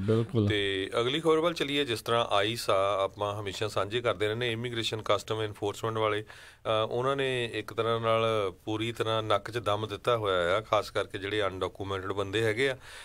ਕਹਿੰਦੇ ਵੀ ਸੈਨ ਬਰਨਾਰਡੀਨੋ ਕਾਉਂਟੀ ਦੇ ਵਿੱਚ ਇੱਕ ਮੈਕਸੀਕਨ ਮੂਲ ਦਾ ਬੰਦਾ ਆਪਣੀ ਵਾਈਫ ਨੂੰ ਨਾਲ ਲੈ ਕੇ ਹੌਸਪੀਟਲ ਜਾ ਰਿਹਾ ਸੀ ਕਿਉਂਕਿ ਉਹਨਾਂ ਦੇ ਬੇਬੀ ਡਿਲੀਵਰ ਹੋਣਾ ਸੀ। ਤੇ ਜਦੋਂ ਰਸਤੇ ਦੇ ਵਿੱਚ ਇੱਕ ਗੈਸ ਸਟੇਸ਼ਨ ਦੇ ਕੋਲੋਂ ਆਈਸ ਵਾਲਿਆਂ ਨੇ ਉਹਨੂੰ ਰੋਕ ਲਿਆ ਤੇ ਉਹ ਤੋਂ ਆਈਡੀਆਂ ਪੁੱਛੀਆਂ। ਜਦੋਂ ਉਹਨੇ ਕਿਹਾ ਵੀ ਮੇਰੀ ਆਈਡੀ ਤਾਂ ਘਰ ਆ, ਮੈਂ ਲਾਗੇ ਰਹਿੰਦਾ ਆ, ਬਾਕੀ ਸਾਰਿਆਂ ਦੀ ਹੈਗੀ ਆ, ਤੇ ਉਹਨੂੰ ਉੱਥੋਂ ਉਹਨੂੰ ਅਰੈਸਟ ਕਰ ਲਿਆ ਵੀ ਉਹ ਇਲੀਗਲ ਸੀ। ਤੇ ਉਹਦੇ ਆਲਰੇਡੀ ਕਹਿੰਦੇ ਪ੍ਰੋਪਰਟੀ ਵੀ ਲਈ ਉਹ ਆ, ਇੱਥੇ ਰਹਿੰਦੇ ਨੂੰ ਬਹੁਤ ਚਿਰ ਹੋ ਗਿਆ ਹੈਗਾ ਆ, ਤੇ 5 ਬੱਚੇ ਆ। ਤੇ ਹੁਣ ਉਹ ਜਿਹੜਾ ਆ ਉਹਨਾਂ ਦੇ ਬੱਚਾ ਹੋਣ ਵਾਲਾ ਸੀ ਤੇ ਉਹ ਆਈਸ ਵਾਲੇ ਜਿਹੜੇ ਆ ਉਹਨੂੰ ਅਰੈਸਟ ਕਰਕੇ ਲੈ ਗਏ। ਜੀ ਬਿਲਕੁਲ। ਸੋ ਇਹਦੇ ਨਾਲ ਸਿੰਪਥੀ ਫੈਕਟਰ ਕੋਈ ਨਹੀਂ ਹੈ ਨਾ, ਕਿਹਾ ਵੀ ਦੇਖੋ ਆ ਮੇਰੀ ਵਾਈਫ ਆ, ਅਸੀਂ ਸਿੱਧੇ ਹਸਪਤਾਲ ਜਾ ਰਹੇ ਹੈਗੇ ਆ, ਨਹੀਂ ਉਹਨੇ ਛੱਡਿਆ ਨਹੀਂ ਹੈ। ਕਹਿੰਦੇ ਨਹੀਂ ਤੂੰ ਮੈਕਸੀਕੋ ਦਾ ਸਿਟੀਜ਼ਨ ਆ, ਇਲੀਗਲੀ ਤੂੰ USA 'ਚ ਰਹਿ ਰਿਹਾ ਆ ਤੇ ਤੈਨੂੰ ਹੁਣ ਵਾਪਸੀ ਉੱਥੇ ਭੇਜਾਂਗੇ। ਜੀ ਬਿਲਕੁਲ ਜੀ। ਨਾਰਮਲੀ ਜਦੋਂ ਇਦਾਂ ਦੀ ਸਿਚੁਏਸ਼ਨ ਹੁੰਦੀ ਆ ਤੇ ਕਈ ਵਾਰੀ ਜਿਹੜੀ ਜਾਂ ਪੁਲਿਸ ਵਗੈਰਾ ਪਹਿਲਾਂ ਤਾਂ ਸਟਾਪ ਨਹੀਂ ਕਰਦੇ, ਜੇ ਕਿਤੇ ਸਟਾਪ ਕਰ ਵੀ ਲੈਣ ਤੇ ਇਦਾਂ ਦੀ ਸਿਚੁਏਸ਼ਨ ਦੇਖ ਕੇ ਤੁਹਾਨੂੰ ਛੱਡ ਦਿੰਦੇ ਆ, ਐਟਲੀਸਟ ਕੰਮ ਦਾ ਪੂਰਾ ਕਰਨ ਦਿੰਦੇ ਨੇ। ਹੁਣ ਤਾਂ ਉਹ ਵੀ ਜਿਹੜਾ ਉਹ ਚੀਜ਼ ਰਹੀ ਨਹੀਂ। ਨਾਲੇ ਹਰਜੋਤ ਸਿੰਘ ਜੀ, ਰਮਨ ਜੀ, ਇਹ ਜਿਹੜਾ ਇਸ ਟਾਈਮ ਮਸਲਾ ਆ ਸਕੇਅਰ ਇੰਨੀ ਕੁ ਜ਼ਿਆਦਾ ਜਿਹੜਾ ਡਰ ਇਸ ਟਾਈਮ ਭੈ ਜਿਹੜਾ ਇਹਨਾਂ ਦਾ ਬਣਿਆ ਪਿਆ ਆ, ਕਿਉਂਕਿ ਇੱਕ ਹਿਸਾਬ ਦੇ ਨਾਲ ਜਿੱਦਾਂ ਗਾਣਾ ਨਹੀਂ ਕੋਈ ਬੰਦਾ ਸੇਫ ਨਹੀਂ, ਇਹ ਹਿਸਾਬ ਬਣੀ ਪਈ ਆ। ਕਿਉਂਕਿ ਜਿਨ੍ਹਾਂ ਕੋਲ ਸਿਟੀਜ਼ਨ ਜਿਹੜੇ ਨੈਚੁਰਲਾਈਜ਼ ਸਿਟੀਜ਼ਨ ਵੀ ਹੋ ਚੁੱਕੇ ਆ, ਕਿਤੇ ਨਾ ਕਿਤੇ ਇਦਾਂ ਲੱਗ ਰਿਹਾ ਆ ਵੀ ਉਹ ਵੀ ਬੰਦੇ ਸੇਫ ਨਹੀਂ, ਜਿਹੜਾ ਇੱਥੇ ਜਿਹੜਾ ਜੰਮਿਆ ਆ ਸਿਰਫ ਉਹੀ ਇੱਕ ਹਿਸਾਬ ਨਾਲ ਸਿਟੀਜ਼ਨ ਜਿਹੜਾ ਰਹਿ ਸਕਦਾ ਆ। ਚਲੋ ਇਹ ਥੋੜੀ ਜਿਹੀ ਇਸ ਹਿਸਾਬ ਦੇ ਨਾਲ ਕਿਉਂ ਕਹਿ ਰਹੇ ਆ, ਕਿਉਂਕਿ ਥੋੜੇ ਸਮੇਂ ਦੇ ਵਿੱਚ ਸਿਟੀਜ਼ਨਸ਼ਿਪ ਰਿਵੋਕ ਹੋਣ ਦੀਆਂ ਖਬਰਾਂ ਬਹੁਤ ਆ ਰਹੀਆਂ ਆ। ਹੁਣ ਰੀਸੈਂਟਲੀ ਇੱਕ ਜਿਹੜਾ ਵਿਲਮਿੰਗਟਨ ਤੋਂ ਇੱਕ ਜਿਹੜਾ ਬੰਦਾ ਹੈ ਜਿਹੜਾ ਕਿ ਕਨਵਿਕਟਡ ਸੀਗਾ ਸੈਕਸ਼ੂਅਲ ਅਬਿਊਜ਼ ਦਾ ਇੱਕ ਬੱਚੇ ਦੇ ਨਾਲ, ਉਹ ਸਿਟੀਜ਼ਨ ਸੀਗਾ, ਗਾਨਾ ਜਿਹੜਾ ਮੁਲਕ ਹੈਗਾ ਆ ਉੱਥੋਂ ਆਇਆ ਸੀ US ਦੇ ਵਿੱਚ 30 ਸਾਲ ਪਹਿਲਾਂ, ਬਾਅਦ ਦੇ ਵਿੱਚ ਉਹ ਨੈਚੁਰਲਾਈਜ਼ ਸਿਟੀਜ਼ਨ ਵੀ ਬਣ ਗਿਆ। ਤੇ ਹੁਣ ਜਦੋਂ ਉਸ ਦੇ ਉੱਤੇ ਕਨਵਿਕਸ਼ਨ ਲੱਗ ਚੁੱਕੀ ਆ, ਉਸ ਨੂੰ ਪਤਾ ਲੱਗ ਗਿਆ ਵੀ ਇਸ ਨੇ ਸੈਕਸ਼ੂਅਲੀ ਅਬਿਊਜ਼ ਕੀਤਾ ਚਾਈਲਡ ਨੂੰ, ਉਹਦੀ ਸਿਟੀਜ਼ਨਸ਼ਿਪ ਜਿਹੜੀ ਸਟ੍ਰਿਪ ਕਰ ਲਈ ਗਈ, ਉਸ ਨੂੰ ਰਿਵੋਕ ਕਰ ਦਿੱਤਾ ਗਿਆ। ਕੱਲਾ ਉਹੀ ਨਹੀਂ ਕੀਤਾ ਗਿਆ, ਉਸ ਨੂੰ ਹੁਣ ਡਿਪੋਰਟ ਕੀਤਾ ਜਾ ਰਿਹਾ ਆ। ਸੋ ਇੱਦਾਂ ਦਾ ਜਿਹੜਾ ਮਸਲਾ ਆ ਉਹ ਇਸ ਟਾਈਮ ਬਣਿਆ ਪਿਆ ਆ। 58 ਸਾਲਾਂ ਦਾ ਜਿਹੜਾ ਅਰਨਸਟ ਆਈਮੈਂਗ ਕਰਕੇ ਉਸ ਦਾ ਨਾਮ ਹੈਗਾ ਆ, ਵਿਲਮਿੰਗਟਨ ਤੋਂ ਜਿਹੜਾ ਉਹ ਰਹਿਣ ਵਾਲਾ ਸੀਗਾ। US ਡਿਪਾਰਟਮੈਂਟ ਆਫ ਜਸਟਿਸ ਨੇ ਜਿਹੜੀ ਇਹ ਜਾਣਕਾਰੀ ਆ ਉਹ ਦਿੱਤੀ ਆ ਵੀ ਉਹਦੀ ਸਿਟੀਜ਼ਨਸ਼ਿਪ ਵਾਪਸ ਲਈ ਜਾ ਰਹੀ ਆ, ਲੈ ਲਈ ਗਈ ਆ, ਤੇ ਉਹਨੂੰ ਡਿਪੋਰਟ ਜਿਹੜਾ ਉਹ ਕੀਤਾ ਜਾਊਗਾ। ਇਹ ਦੇਖੋ ਅੱਗੇ ਇਦਾਂ ਦੀ ਜਿਹੜੀ ਖਬਰ ਆ ਬਹੁਤ ਘੱਟ ਹਰਜੋਤ ਸਿੰਘ ਜੀ ਸੁਣਨ ਨੂੰ ਮਿਲਦੀ ਸੀ। ਹੁਣ ਤੁਸੀਂ ਇਹ ਦੇਖੋ ਵੀ ਬਹੁਤ ਸਾਰੇ ਜਿਹੜੇ ਲੋਕ ਆ ਆਪਣੇ ਅਜੇ ਗ੍ਰੀਨ ਕਾਰਡ ਦੇ ਉੱਤੇ ਆ, ਜੇ ਕਿਸੇ ਦੀ DUI ਰੱਬ ਨਾ ਕਰੇ ਕੁਝ ਹੋ ਜਾਂਦਾ ਹੈ, ਕਿ ਡੋਮੈਸਟਿਕ ਵਾਇਲੈਂਸ ਦੇ ਮਾਮਲੇ ਦੇ ਵਿੱਚ ਕੋਈ ਫਸ ਜਾਂਦਾ ਹੈ, ਚਾਈਲਡ ਅਬਿਊਜ਼ ਦੇ ਮਾਮਲੇ ਦੇ ਵਿੱਚ ਕੋਈ ਫਸ ਜਾਂਦਾ ਹੈ, ਐਨੀਮਲ ਅਬਿਊਜ਼ ਦੇ ਮਾਮਲੇ ਦੇ ਵਿੱਚ ਕੁਝ ਵੀ ਹੋ ਜਾਂਦਾ ਆ। ਸੋ ਉਹਨਾਂ ਦੇ ਲਈ ਇੱਕ ਬਹੁਤ ਵੱਡੀ ਆਉਣ ਵਾਲੇ ਸਮੇਂ ਦੇ ਵਿੱਚ ਇੱਕ ਰਿਸਕ ਵੀ ਆ ਤੇ ਚੁਣੌਤੀ ਵੀ ਆ ਵੀ ਭਾਈ ਬੰਦੇ ਬਣ ਕੇ ਰਹੋ ਸਾਰੇ ਜਾਣੇ। ਇਹ ਜੇ ਤੁਸੀਂ ਇੱਥੇ ਇਸ ਮੁਲਕ ਦੀ ਹੁਣ ਨਾਗਰਿਕਤਾ ਲੈ ਕੇ ਰੱਖਣੀ ਆ, ਇਕੱਲਾ ਲੈਣੀ ਹੋਈ ਨਹੀਂ, ਹੁਣ ਇੱਕ ਮਸਲਾ ਰਹਿ ਗਿਆ ਲੈ ਕੇ ਰੱਖਣੀ, ਤੇ ਉਸ ਨੂੰ ਬਰਕਰਾਰ ਰੱਖਣਾ ਵੀ ਇੱਕ ਹੁਣ ਨਵਾਂ ਜਿਹੜਾ ਇੱਕ ਸਿਚੁਏਸ਼ਨ ਜਿਹੜੀ ਇਸ ਟਾਈਮ ਬਣ ਗਈ ਆ। ਇਹ ਡਰਾ ਨਹੀਂ ਰਹੇ, ਤੁਹਾਨੂੰ ਭਾਈ ਦੱਸ ਰਹੇ ਆ ਵੀ ਇਹ ਡਿਪਾਰਟਮੈਂਟ US ਡਿਪਾਰਟਮੈਂਟ ਵਾਲੇ ਆ, ਜਸਟਿਸ ਵਾਲੇ, ਇੱਦਾਂ ਦੇ ਕੰਮ ਉਹਨਾਂ ਨੇ ਕਰਨਾ ਸ਼ੁਰੂ ਕਰ ਦਿੱਤਾ ਆ। ਆਪਾਂ SFO ਦੇ ਬੰਦੇ ਦੀ ਜਿਹੜੀ ਰੀਸੈਂਟਲੀ ਕੱਲ੍ਹ ਦੱਸੀ ਸੀ ਵੀ ਸੈਨੇਗਲ ਦਾ ਜਿਹੜਾ ਰਹਿਣ ਵਾਲਾ ਆ, ਉਸ ਦੇ ਖਿਲਾਫ ਵੀ ਉਹਦੀ ਜਿਹੜੀ ਸਿਟੀਜ਼ਨਸ਼ਿਪ ਰਿਵੋਕ ਕਰਨ ਦੇ ਲਈ ਅਦਾਲਤ ਦੇ ਵਿੱਚ ਜਿਹੜੇ ਉਹ ਜਾ ਚੁੱਕੇ ਆ ਅਟਰਨੀ ਜਿਹੜੇ ਹੈਗੇ ਨੇ। ਕਾਰਨ ਉਸ ਦੇ ਪਿੱਛੇ ਇਹੀ ਆ ਵੀ ਉਹਦਾ ਵਿੱਚ ਜਿਹੜੀ ਆ ਸਟੇਟਸ ਆ ਉਹ ਲੈਪਸ ਜਿਹੜਾ ਹੋ ਗਿਆ ਸੀ, ਉਹਦਾ ਸਟੇਟਸ ਕੁਝ ਸਮੇਂ ਦੇ ਲਈ ਰਿਹਾ ਨਹੀਂ ਸੀ, ਉਹਦਾ ਪੇਪਰ ਵਰਕ ਦੇ ਵਿੱਚ ਜਿਹੜੀਆਂ ਡੇਟਸ ਇੱਕ ਹਿਸਾਬ ਨਾਲ ਮੈਚ ਨਹੀਂ ਸੀ ਜਿਹੜੀਆਂ ਉਹ ਕਰ ਰਹੀਆਂ। ਉਹ ਇੱਥੇ ਰੈਸਟੋਰੈਂਟ ਦਾ ਮਾਲਕ ਆ, ਉਹਨੇ ਬਿਜ਼ਨਸ ਜਿਹੜਾ ਇੱਥੇ ਲਿਆ ਹੋਇਆ ਆ, ਤੇ ਹੁਣ ਉਹਦੀ ਸਿਟੀਜ਼ਨਸ਼ਿਪ ਰਿਵੋਕ ਕਰਨ ਦੀਆਂ ਜਿਹੜੀਆਂ ਗੱਲਾਂ ਆ ਉਹ ਅਦਾਲਤ ਵਿੱਚ ਜਿਹੜੀਆਂ ਪਹੁੰਚ ਚੁੱਕੀਆਂ ਆ। ਇਸ ਬੰਦੇ ਦੀ ਆਲਰੇਡੀ ਸਿਟੀਜ਼ਨਸ਼ਿਪ ਜਿਹੜੀ ਰਿਵੋਕ ਹੋ ਚੁੱਕੀ ਆ। ਸੋ ਇਹ ਜਿਹੜੇ USCIS ਵਾਲੇ ਆ, ਡਿਪਾਰਟਮੈਂਟ ਆਫ ਹੋਮਲੈਂਡ ਸਿਕਿਉਰਿਟੀ ਵਾਲੇ ਆ, ICE ਵਾਲੇ ਆ, ਇਹ ਇਸ ਟਾਈਮ ਪੂਰੇ ਜ਼ੋਰਾਂ ਦੇ ਨਾਲ ਲੱਗੇ ਹੋਏ ਨੇ ਵੀ ਕਿੱਦਾਂ ਫੋਰਨਰਸ ਨੂੰ, ਇਮੀਗ੍ਰੇਸ਼ਨ ਨੂੰ ਇੱਥੇ ਕਿੱਦਾਂ ਘਟਾਇਆ ਜਾ ਸਕੇ। ਸੋ ਬਿਲਕੁਲ ਰਾਜਕਰਮਵੀਰ ਸਿੰਘ ਜੀ ਤੇ ਰਮਨ ਸਿੰਘ ਢਿੱਲੋਂ ਜੀ, ਸਰੋਤਿਆਂ ਨੂੰ ਦੱਸਦੇ ਜਾਈਏ, ਰਮਨ ਸਿੰਘ ਢਿੱਲੋਂ ਸਾਡੇ ਨਾਲ ਫ੍ਰਿਜ਼ਨੋ ਤੋਂ ਜੁੜੇ ਹੋਏ ਆ, ਤੇ ਫ੍ਰਿਜ਼ਨੋ ਜਿਹੜੀ ਸਿਟੀ ਆ ਉਹ ਬੜੀ ICE ਵਾਲਿਆਂ ਦੇ ਫਰੈਂਡਲੀ ਹੈਗੀ ਆ। ਉਹ ਕੈਲੀਫੋਰਨੀਆ ਤੋਂ ਥੋੜਾ ਉਲਟ ਜਾ ਰਹੇ ਆ। ਜੁਲਾਈ ਦੇ ਵਿੱਚ ਵੀ ਕਾਫੀ ਜਿਹੜੇ ਲੋਕ ਆ ਉਹਨਾਂ ਨੂੰ ਕੋਰਟ ਹਾਊਸਸ ਦੇ ਵਿੱਚੋਂ ICE ਵੱਲੋਂ ਚੱਕਿਆ ਗਿਆ ਸੀ। ਕੀ ਕਰਦੇ ਆ ICE ਵਾਲੇ, ਆਪਾਂ ਪਹਿਲਾਂ ਵੀ ਦੱਸਦੇ ਆਏ ਆ, ਖਾਸ ਕਰਕੇ ਡੋਮੈਸਟਿਕ ਵਾਇਲੈਂਸ ਦੇ ਵਿੱਚ। ਅਨਫੋਰਚੂਨੇਟਲੀ ਆਪਣੀ ਕਮਿਊਨਿਟੀ 'ਚ ਵੀ ਕਈ ਲੋਕ ਜਿਹੜੇ ਆ ਡੋਮੈਸਟਿਕ ਵਾਇਲੈਂਸ 'ਚ ਇਨਵੋਲਵ ਹੁੰਦੇ ਆ। ਕੱਲ੍ਹ ਇੱਕ ਜਿਹੜਾ ਹੈਗਾ ਸਲੀਵਨੋ ਨਾਵਾ ਨਾਮ ਦਾ ਇੱਕ ਮੈਕਸੀਕਨ ਮੂਲ ਦਾ ਬੰਦਾ ਕੋਰਟ ਦੇ ਵਿੱਚ ਡੋਮੈਸਟਿਕ ਵਾਇਲੈਂਸ ਦਾ ਕੇਸ ਸੀਗਾ, ਉਹਦੀ ਹੀਅਰਿੰਗ ਲਈ ਗਿਆ, ਤੇ ਜਦੋਂ ICE ਵਾਲਿਆਂ ਨੇ ਉਹਨੂੰ ਚੱਕ ਲਿਆ। ਸੋ ਈਵਨ ਤੁਹਾਡੇ ਕੋਲ ਪਰਮਾਨੈਂਟ ਰੈਜ਼ੀਡੈਂਟ ਆ, ਤੁਸੀਂ ਲੀਗਲ ਆ, ਜੇ ਤੁਹਾਡੇ ਕੋਲ ਇੱਦਾਂ ਦਾ ਕੇਸ ਆ ਜਾਂਦਾ ਉਹ ਤੁਹਾਨੂੰ ਡਿਪੋਰਟ ਕਰ ਸਕਦੇ ਆ। ਆਪਾਂ ਪਹਿਲਾਂ ਵੀ ਸਰੋਤਿਆਂ ਨੂੰ ਦੱਸਦੇ ਆਏ ਆ ਵੀ ਪੂਰੇ USA ਦੇ ਵਿੱਚ ਬਹੁਤ ਸਾਰੀਆਂ ਜਿਹੜੀਆਂ ਕੋਰਟਸ ਹੈਗੀਆਂ ਆ, ਕਿਉਂਕਿ ਉੱਥੇ ਨੋਟਿਸ ਲਾ ਦਿੰਦੇ ਇੱਕ ਦਿਨ ਪਹਿਲਾਂ ਵੀ ਕੱਲ੍ਹ ਨੂੰ ਕਿਹਦੀ ਹੀਅਰਿੰਗ ਹੋਣੀ ਆ। ਸੋ ਜਿਹੜੇ ICE ਵਾਲੇ ਅੰਡਰ ਕਵਰ ਏਜੰਟ ਆ, ਇਮੀਗ੍ਰੇਸ਼ਨ ਕਸਟਮ ਇਨਫੋਰਸਮੈਂਟ ਵਾਲੇ, ਉਹ ਪਹਿਲੇ ਦਿਨ ਜਾ ਕੇ ਉਹਨਾਂ ਦੀ ਕਾਪੀ ਕਰ ਲੈਂਦੇ ਆ, ਤੇ ਉਹਨੂੰ ਪੂਰੀ ਰਾਤ ਸਰਚ ਕਰਕੇ ਸਵੇਰੇ ਜਾ ਕੇ ਬੰਦੇ ਨੂੰ ਚੱਕ ਲੈਂਦੇ ਆ। ਪਿਛਲੇ ਸਾਲ ਇੱਕ ਓਰੀਗਨ ਦੇ ਵਿੱਚ ਵੀ ਇੱਦਾਂ ਦੀ ਖਬਰ ਆਈ ਸੀ, ਜਦੋਂ ਉੱਥੇ ਦੇ ਇੱਕ ਜੱਜ ਨੇ ਜਦੋਂ ਉਹਨੂੰ ਪਤਾ ਲੱਗ ਗਿਆ ਪਿਛਲੇ ਰਾਤ ਨਹੀਂ ਭਜਾਇਆ ਸੀ, ਉਹਨ ਆਪਣੇ ਡੋਰ ਰਾਹੀਂ ਭਜਾਤਾ ਸੀ। ਪਰ ਆਹ ਕੱਲ੍ਹ ਜਿਹੜੀ ਖਬਰ ਆ, ਫ੍ਰਿਜ਼ਨੋ ਕੋਰਟ ਹਾਊਸ ਦੇ ਵਿੱਚੋਂ ਸਿਲਵੀਨੋ ਨਾਵਾ ਨਾਮ ਦੇ ਇੱਕ ਬੰਦੇ ਨੂੰ ਜਿਹੜਾ ਉਹਨੀ ਫਰਾਈਡੇ ਮਾਰਨਿੰਗ ਜਿਹੜਾ ਚੱਕ ਲਿਆ, ਤੇ ਹੁਣ ਉਹਨੂੰ ਜਿਹੜਾ ਡਿਪੋਰਟ ਕਰਨ ਜਾ ਰਹੇ ਆ। ਤੇ ਉਹਦੇ ਚਾਰਜ ਲਾਏ ਸੀ ਵੀ ਉਹਨਾਂ ਆਪਣੀ ਵਾਈਫ ਨੂੰ ਚੱਕ ਕੇ ਕੰਧ ਦੇ ਨਾਲ ਮਾਰਿਆ, ਤੇ ਉਸਨੇ ਉਹ ਬਾਅਦ 'ਚ ਉਹਦੀ ਵਾਈਫ ਰੋਂਦੀ ਵੀ ਰਹੀ ਵੀ ਨਹੀਂ ਮੈਂ ਚਾਰਜ ਡਰੋਪ ਕਰਨੇ ਆ, ਤੁਹਾਡੇ ਕੋਲ ਰੈਸਟੋਰੈਂਟ ਹੈਗੇ ਆ ਜਾਂ ਨਹੀਂ ਆ। ਉਹ ਕਹਿੰਦੇ ਨਹੀਂ, ਹੁਣ ਸਾਡੀ ਜੋਬ ਆ, ਹੁਣ ਅਸੀਂ ਕਰਾਂਗੇ ਜੋ ਵੀ। ਬਿਲਕੁਲ, ਕਿਉਂਕਿ ਜਦੋਂ ਇੱਕ ਵਾਰੀ ਚਾਰਜਿਸ ਪਹਿਲੀ ਵਾਰੀ ਲੱਗ ਗਏ, ਤੁਸੀਂ ਆ ਗਏ ਆ ਉਸ ਦੇ ਵਿੱਚ ਉਹਨਾਂ ਦੇ ਸਿਸਟਮ ਦੇ ਵਿੱਚ, ਤਾਂ ਫਿਰ ਇਹ ਤਾਂ ਭੱਜੇ ਹੀ ਫਿਰਦੇ ਆ ਵੀ ਕੋਈ ਨਾ ਕੋਈ ਲੱਭੇ, ਜਿਹੜਾ ਰੋਜ਼ ਕੋਈ ਨਾ ਕੋਈ ਖਬਰ ਇਹਨਾਂ ਦੀ ਬਣੀ। ਦੇਖੋ ਸਾਡਾ ਮਕਸਦ ਤੁਹਾਨੂੰ ਡਰਾਉਣ ਦਾ ਨਹੀਂ ਆ, ਤੁਹਾਨੂੰ ਜਿਹੜਾ ਦੱਸਣ ਦਾ, ਇਤਲਾਹ ਕਰਨ ਦਾ ਆ ਵੀ ਜੇ ਕਿਸੇ ਦਾ ਦੇਖੋ ਪੇਪਰ ਵਰਕ ਦੇ ਵਿੱਚ ਥੋੜ੍ਹੀ ਬਹੁਤੀ ਵੀ 19-21 ਦਾ ਵੀ ਜਿਹੜਾ ਕੋਈ ਫਰਕ ਹੈਗਾ ਭਾਈ ਹੁਣ ਉਹ ਕੰਮ ਨਹੀਂ ਚੱਲਣਾ ਕਿਉਂਕਿ ਦੇਖੋ ਸਾਰੇ ਜਾਣੇ ਤਾਂ ਨਹੀਂ ਫੜੇ ਜਾ ਸਕਦੇ ਜਿਹੜੇ ਇਸ ਚੀਜ਼ ਦੇ ਵਿੱਚ ਹੈਗੇ ਆ ਡੈਫੀਨੇਟਲੀ ਇਹਨਾਂ ਦੇ ਕੋਲ ਇੰਨੇ ਰਿਸੋਰਸਿਸ ਨਹੀਂ ਆ ਪਰ ਹੌਲੀ ਹੌਲੀ ਜਿਹੜੇ ਉਹ ਲੱਗੇ ਆ ਕਦੀ ਕਿਤੇ ਛਾਪਾ ਮਾਰ ਕਦੀ ਕਿਤੇ ਛਾਪਾ ਮਾਰ ਕੇ ਅਦਾਲਤ 'ਚ ਫੜ ਲਿਆ ਹੁਣ ਸਿਟੀਜ਼ਨਸ਼ਿਪ ਰਿਵੋਕ ਦੀਆਂ ਜਿਹੜੀਆਂ ਖਬਰਾਂ ਆ ਰਹੀਆਂ ਨੇ ਆਉਣ ਵਾਲੇ ਸਮੇਂ ਦੇ ਵਿੱਚ ਇਹ ਵੀ ਜਿਹੜੀ ਦੇਖੋ ਪਿਛਲੇ ਦਿਨਾਂ ਦੇ ਵਿੱਚ ਜਿਹੜਾ ਡਰਾਫਟ ਆਇਆ ਵੀ ਜੇ ਕਿਸੇ ਨੇ ਕਿਸੇ ਵੀ ਤਰੀਕੇ ਦੀ ਮੈਡੀਕਲ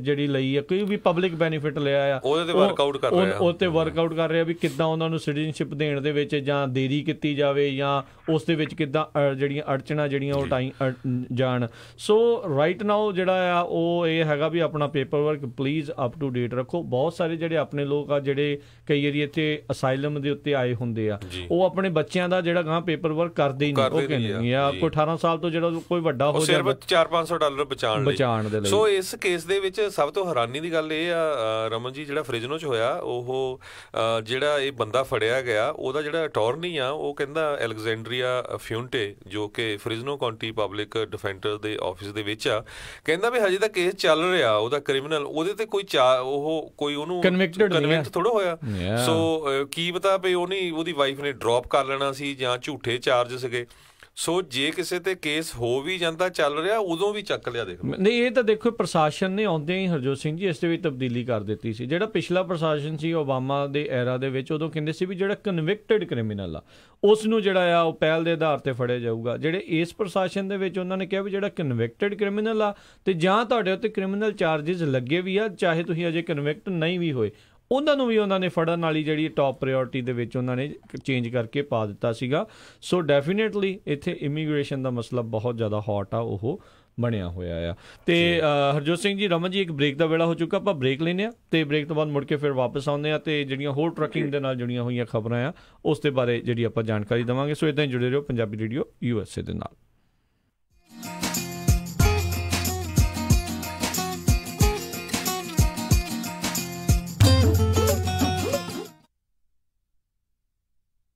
ਹਾਂਜੀ ਜਨਾਬ ਕਿੱਥੇ ਚੱਲੇ ਹੋ ਬਸ ਜੀ ਇੱਕ ਘਰ ਪਸੰਦ ਆਇਆ ਉਸੇ ਦੀ ਆਫਰ ਭਰਨ ਚੱਲਿਆ ਅੱਛਾ ਲੋਨ ਅਪਰੂਵਲ ਲੈਟਰ ਤਾਂ ਹੈ ਨਾ ਤੁਹਾਡੇ ਕੋਲ ਨਹੀਂ ਤੇ ਫਿਰ ਕੋਈ ਤੁਹਾਨੂੰ ਘਰ ਨਹੀਂ ਦਿਖਾਉਣ ਲੱਗਾ ਮੈਂ ਹੁਣ ਕੀ ਕਰੂੰਗਾ ਮੇਰਾ ਘਰ ਦਾ ਸੁਪਨਾ ਕਿੱਦਾਂ ਪੂਰਾ ਹੋਏਗਾ ਤੁਹਾਨੂੰ ਲੋੜ ਹੈ ਇੱਕ ਤਜਰਬੇਕਾਰ ਤੇ ਲੋਕਲ ਲੋਨ ਆਫਿਸਰ ਦੀ ਮੋਹਨ ਸਿੰਘ ਚੀਮਾ ਕੋਲ ਚਲੇ ਜਾਓ ਜੋ ਤੁਹਾਨੂੰ ਮਦਦ ਕਰ ਸਕਦੇ ਨੇ ਅੱਛਾ ਹਾਂ ਮੋਹਨ ਸਿੰਘ ਚੀਮਾ ਕਰਦੇ ਨੇ ਹਰ ਤਰ੍ਹਾਂ ਦੇ ਹੋਮ ਲੋਨ ਚਾਹੇ ਤੁਸੀਂ ਘਰ ਪਹਿਲੀ ਵਾਰ ਲੈਣਾ ਹੋਵੇ ਜਾਂ ਦੂਜੀ ਵਾਰ ਜਾਂ ਤੁਸੀਂ ਲੈਣਾ ਹੋਵੇ ਰੈਂਟਲ ਹੋਮ ਇੰਨਾ ਹੀ ਨਹੀਂ ਰੀਫਾਈਨੈਂਸਿੰਗ ਵੀ ਹੋ ਜਾਂਦੀ ਹੈ ਫਟਾਫਟ ਜਾਓ ਤੇ ਲੈ ਆਓ ਆਪਣਾ ਪ੍ਰੀ ਅਪਰੂਵਲ ਲੈਟਰ ਅੱਜ ਹੀ ਫੇਰ ਦਿਓ ਉਹਨਾਂ ਦਾ ਨੰਬਰ ਅੱਜ ਹੀ ਮੈਂ ਮੋਹਨ ਸਿੰਘ ਚੀਮਾ ਕੋਲੋਂ ਅਪਰੂਵਲ ਲੈਟਰ ਲੈ ਕੇ ਆਉਣਾ ਨੰਬਰ ਨੋਟ ਕਰ 5599052575 559-905-2575 ਤੇ NMLS ID 698952 ਘਰ ਲੈਣ ਦਾ ਸੁਪਨਾ ਪੂਰਾ ਕਰਨ ਲਈ ਯਾਦ ਰੱਖੋ ਇੱਕ ਹੀ ਨਾਮ Mohan Singh Cheema with platinum home mortgage 5599052575 559-905-2575 Platinum Home Mortgage Corporation is an equal housing lender and the loan is subject to credit approval. ਵਿਹਾਣੀਆਂ ਕੋਕਾ ਕੜਵਾ ਦੇ ਮਾਇਆ ਕੋਕਾ ਮੈਂ ਕਿਹਾ ਸੁਣਦੇ ਨਹੀਂ ਜੀ ਮੇਰੀਆਂ ਸਾਰੀਆਂ ਸਹੇਲੀਆਂ ਕੋਲ ਸੋਨੇ ਦੇ ਬੜੇ ਸੋਹਣੇ ਸੋਹਣੇ ਗਹਿਣੇ ਆ ਇੱਕ ਮੈਂ ਹੀ ਆ ਜਿਹੜੀਆਂ ਪੁਰਾਣੀਆਂ ਜੀਆਂ ਵਾਲੀਆਂ ਪਾਈ ਫਿਰਦੀ ਨੂੰ ਕਿੰਨੇ ਸਾਲ ਹੋ ਗਏ ਆ ਮੈਨੂੰ ਨਹੀਂ ਪਤਾ ਮੈਨੂੰ ਵੀ ਸੋਹਣੇ ਸੋਹਣੇ ਗਹਿਣੇ ਬਣਵਾ ਕੇ ਦਿਓ ਲੈ ਇਹ ਕਿਹੜੀ ਗੱਲ ਆ ਤੂੰ ਚੱਲ ਬੱਗਾ ਜੁਐਲਰਸ ਦੇ ਮੈਂ ਤੈਨੂੰ ਹੁਣੇ ਲੈ ਕੇ ਦਿੰਨਾ ਸੋਹਣੇ ਸੋਹਣੇ ਗਹਿਣੇ ਫਿਰ ਦੇਖੀ ਤੇਰੀ ਵੀ ਸਹੇਲੀਆਂ 'ਚ ਟੌਰ ਬਣ ਜਾਊਗੀ ਬੱਗਾ ਜੁਐਲਰਸ ਸੈਕਰਾਮੈਂਟੋ ਜਿੱਥੋਂ ਖਰੀਦ ਸਕਦੇ ਹੋ ਵਿਆਹ ਸ਼ਾਦੀਆਂ ਲਈ ਖੂਬਸੂਰਤ ਗਹਿਣੇ ਤੇ ਨਾਲ ਹੀ ਸੋਨੇ ਦੇ ਬਦਲੇ ਕੈਸ਼ ਵੀ ਲੈ ਸਕਦੇ ਹੋ ਵਿਆਹ ਸ਼ਾਦੀ ਜਾਂ ਕਿਸੇ ਵੀ ਇਵੈਂਟ ਤੇ ਡੈਕੋਰੇਸ਼ਨ ਵੀ ਕਰਦੇ ਹਨ ਤੇ ਹਰ ਤਰ੍ਹਾਂ ਦੇ ਕਸਟਮ ਗਹਿਣੇ ਤਿਆਰ ਕਰਵਾ ਸਕਦੇ ਹੋ ਹੋਰ ਜਾਣਕਾਰੀ ਲਈ ਕਾਲ ਕਰੋ ਜੌਨੀ ਜੀ ਨੂੰ 9169128842 916-912-8842 ਪਤਾ ਨੋਟ ਕਰੋ 6930 65th street number 115 Chinatown supermarket Sacramento phone number 916-912-8842 9169128842 Bagga Jewelers, Sacramento.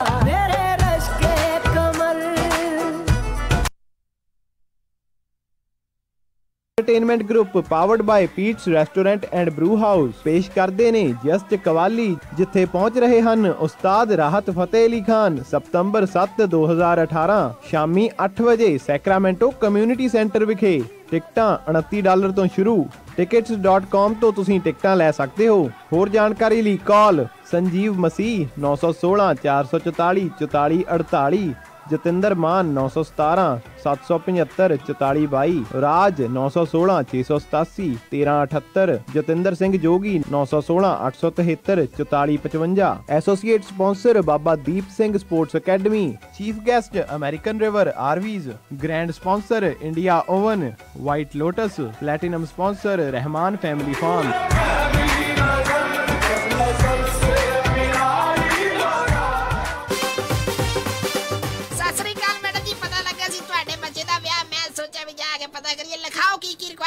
ਹਾਂਜੀ ਦੇਖੋ 1300 ਤੋਂ 1400 ਤੱਕ ਦੀ ਸਾਡੀ ਗੈਦਰਿੰਗ ਹੋਏਗੀ ਐਨੀ ਤੇ ਪਾਰਟੀ ਹਾਲ ਮੈਨੂੰ ਬਿਲਕੁਲ ਨਵਾਂ ਨਕੋਰ ਚਾਹੀਦਾ। ਅੱਛਾ ਜੀ। ਤੇ ਫੂਡ ਦੀ ਕੁਆਲਿਟੀ ਨਾਲ ਪਲੀਜ਼ ਕੋਈ ਕੰਪਰੋ ਨਹੀਂ ਚਾਹੀਦਾ। ਅੱਛਾ ਜੀ। ਤੇ ਡੈਕੋਰੇਸ਼ਨ ਜਿਹੜੀ ਉਹ ਬਿਲਕੁਲ ਲਾਜਵਾਬ ਹੋਵੇ। ਅੱਛਾ ਜੀ। ਐਂਡ ਮੋਰਓਵਰ ਇੰਨੀ ਕੁ ਗੈਦਰਿੰਗ ਆ ਤਾਂ ਪਾਰਕਿੰਗ ਸਪੇਸ ਵੀ ਖੁੱਲੀ ਹੋਣੀ ਚਾਹੀਦੀ ਆ। ਚੰਗਾ ਫਿਰ ਮੈਡਮ ਜੀ ਮੈਂ ਤੇ ਚੱਲਦਾ। ਹੁਣ ਤੁਸੀਂ ਕਿੱਥੇ ਚੱਲੇ? ਇੰਨਾ ਵੱਡਾ ਕੰਮ ਸਾਡੇ ਕੋਲੋਂ ਨਹੀਂ ਸੰਭਿਆ ਜਾਣਾ। ਮਿਰਾਜ ਫॉर यू ਵਾਲੇ ਰਾਜਾ ਸਿੰਘ ਨੂੰ ਫੋਨ ਕਰ ਲਓ। ਮਿਰਾਜ ਬੈਂਕਟ ਹਾਲ ਜਿਨ੍ਹਾਂ ਕੋਲ ਨੇ 2 ਬੈਂਕਟ ਹਾਲ 300 ਤੇ 1000 ਦੀ ਕੈਪੈਸਿਟੀ ਵਾਲੇ। ਮਿਰਾਜ ਬੈਂਕਟ ਹਾਲ ਜਿਨ੍ਹਾਂ ਕੋਲ ਹੈ ਨੰਬਰ 1 ਕੇਟਰਿੰਗ ਇਨ ਟਾਊਨ, ਬੈਸਟ ਸਵੀਟਸ ਤੇ ਤੁਹਾਡੇ ਫੰਕਸ਼ਨ ਲਈ best ambience. For more information call Raja Singh 9168656659 या परमप्रीत सिंह डड्डी 6615103143। ਸਤਿ ਸ਼੍ਰੀ ਅਕਾਲ ਦੋਸਤੋ, ਮੈਂ ਸਾਹਿਬ ਸਿੰਘ ਟੋਰਾਂਟੋ ਤੋਂ। ਤੁਸੀਂ ਸੁਣਦੇ ਹੋ ਪੰਜਾਬੀ ਰੇਡੀਓ USA।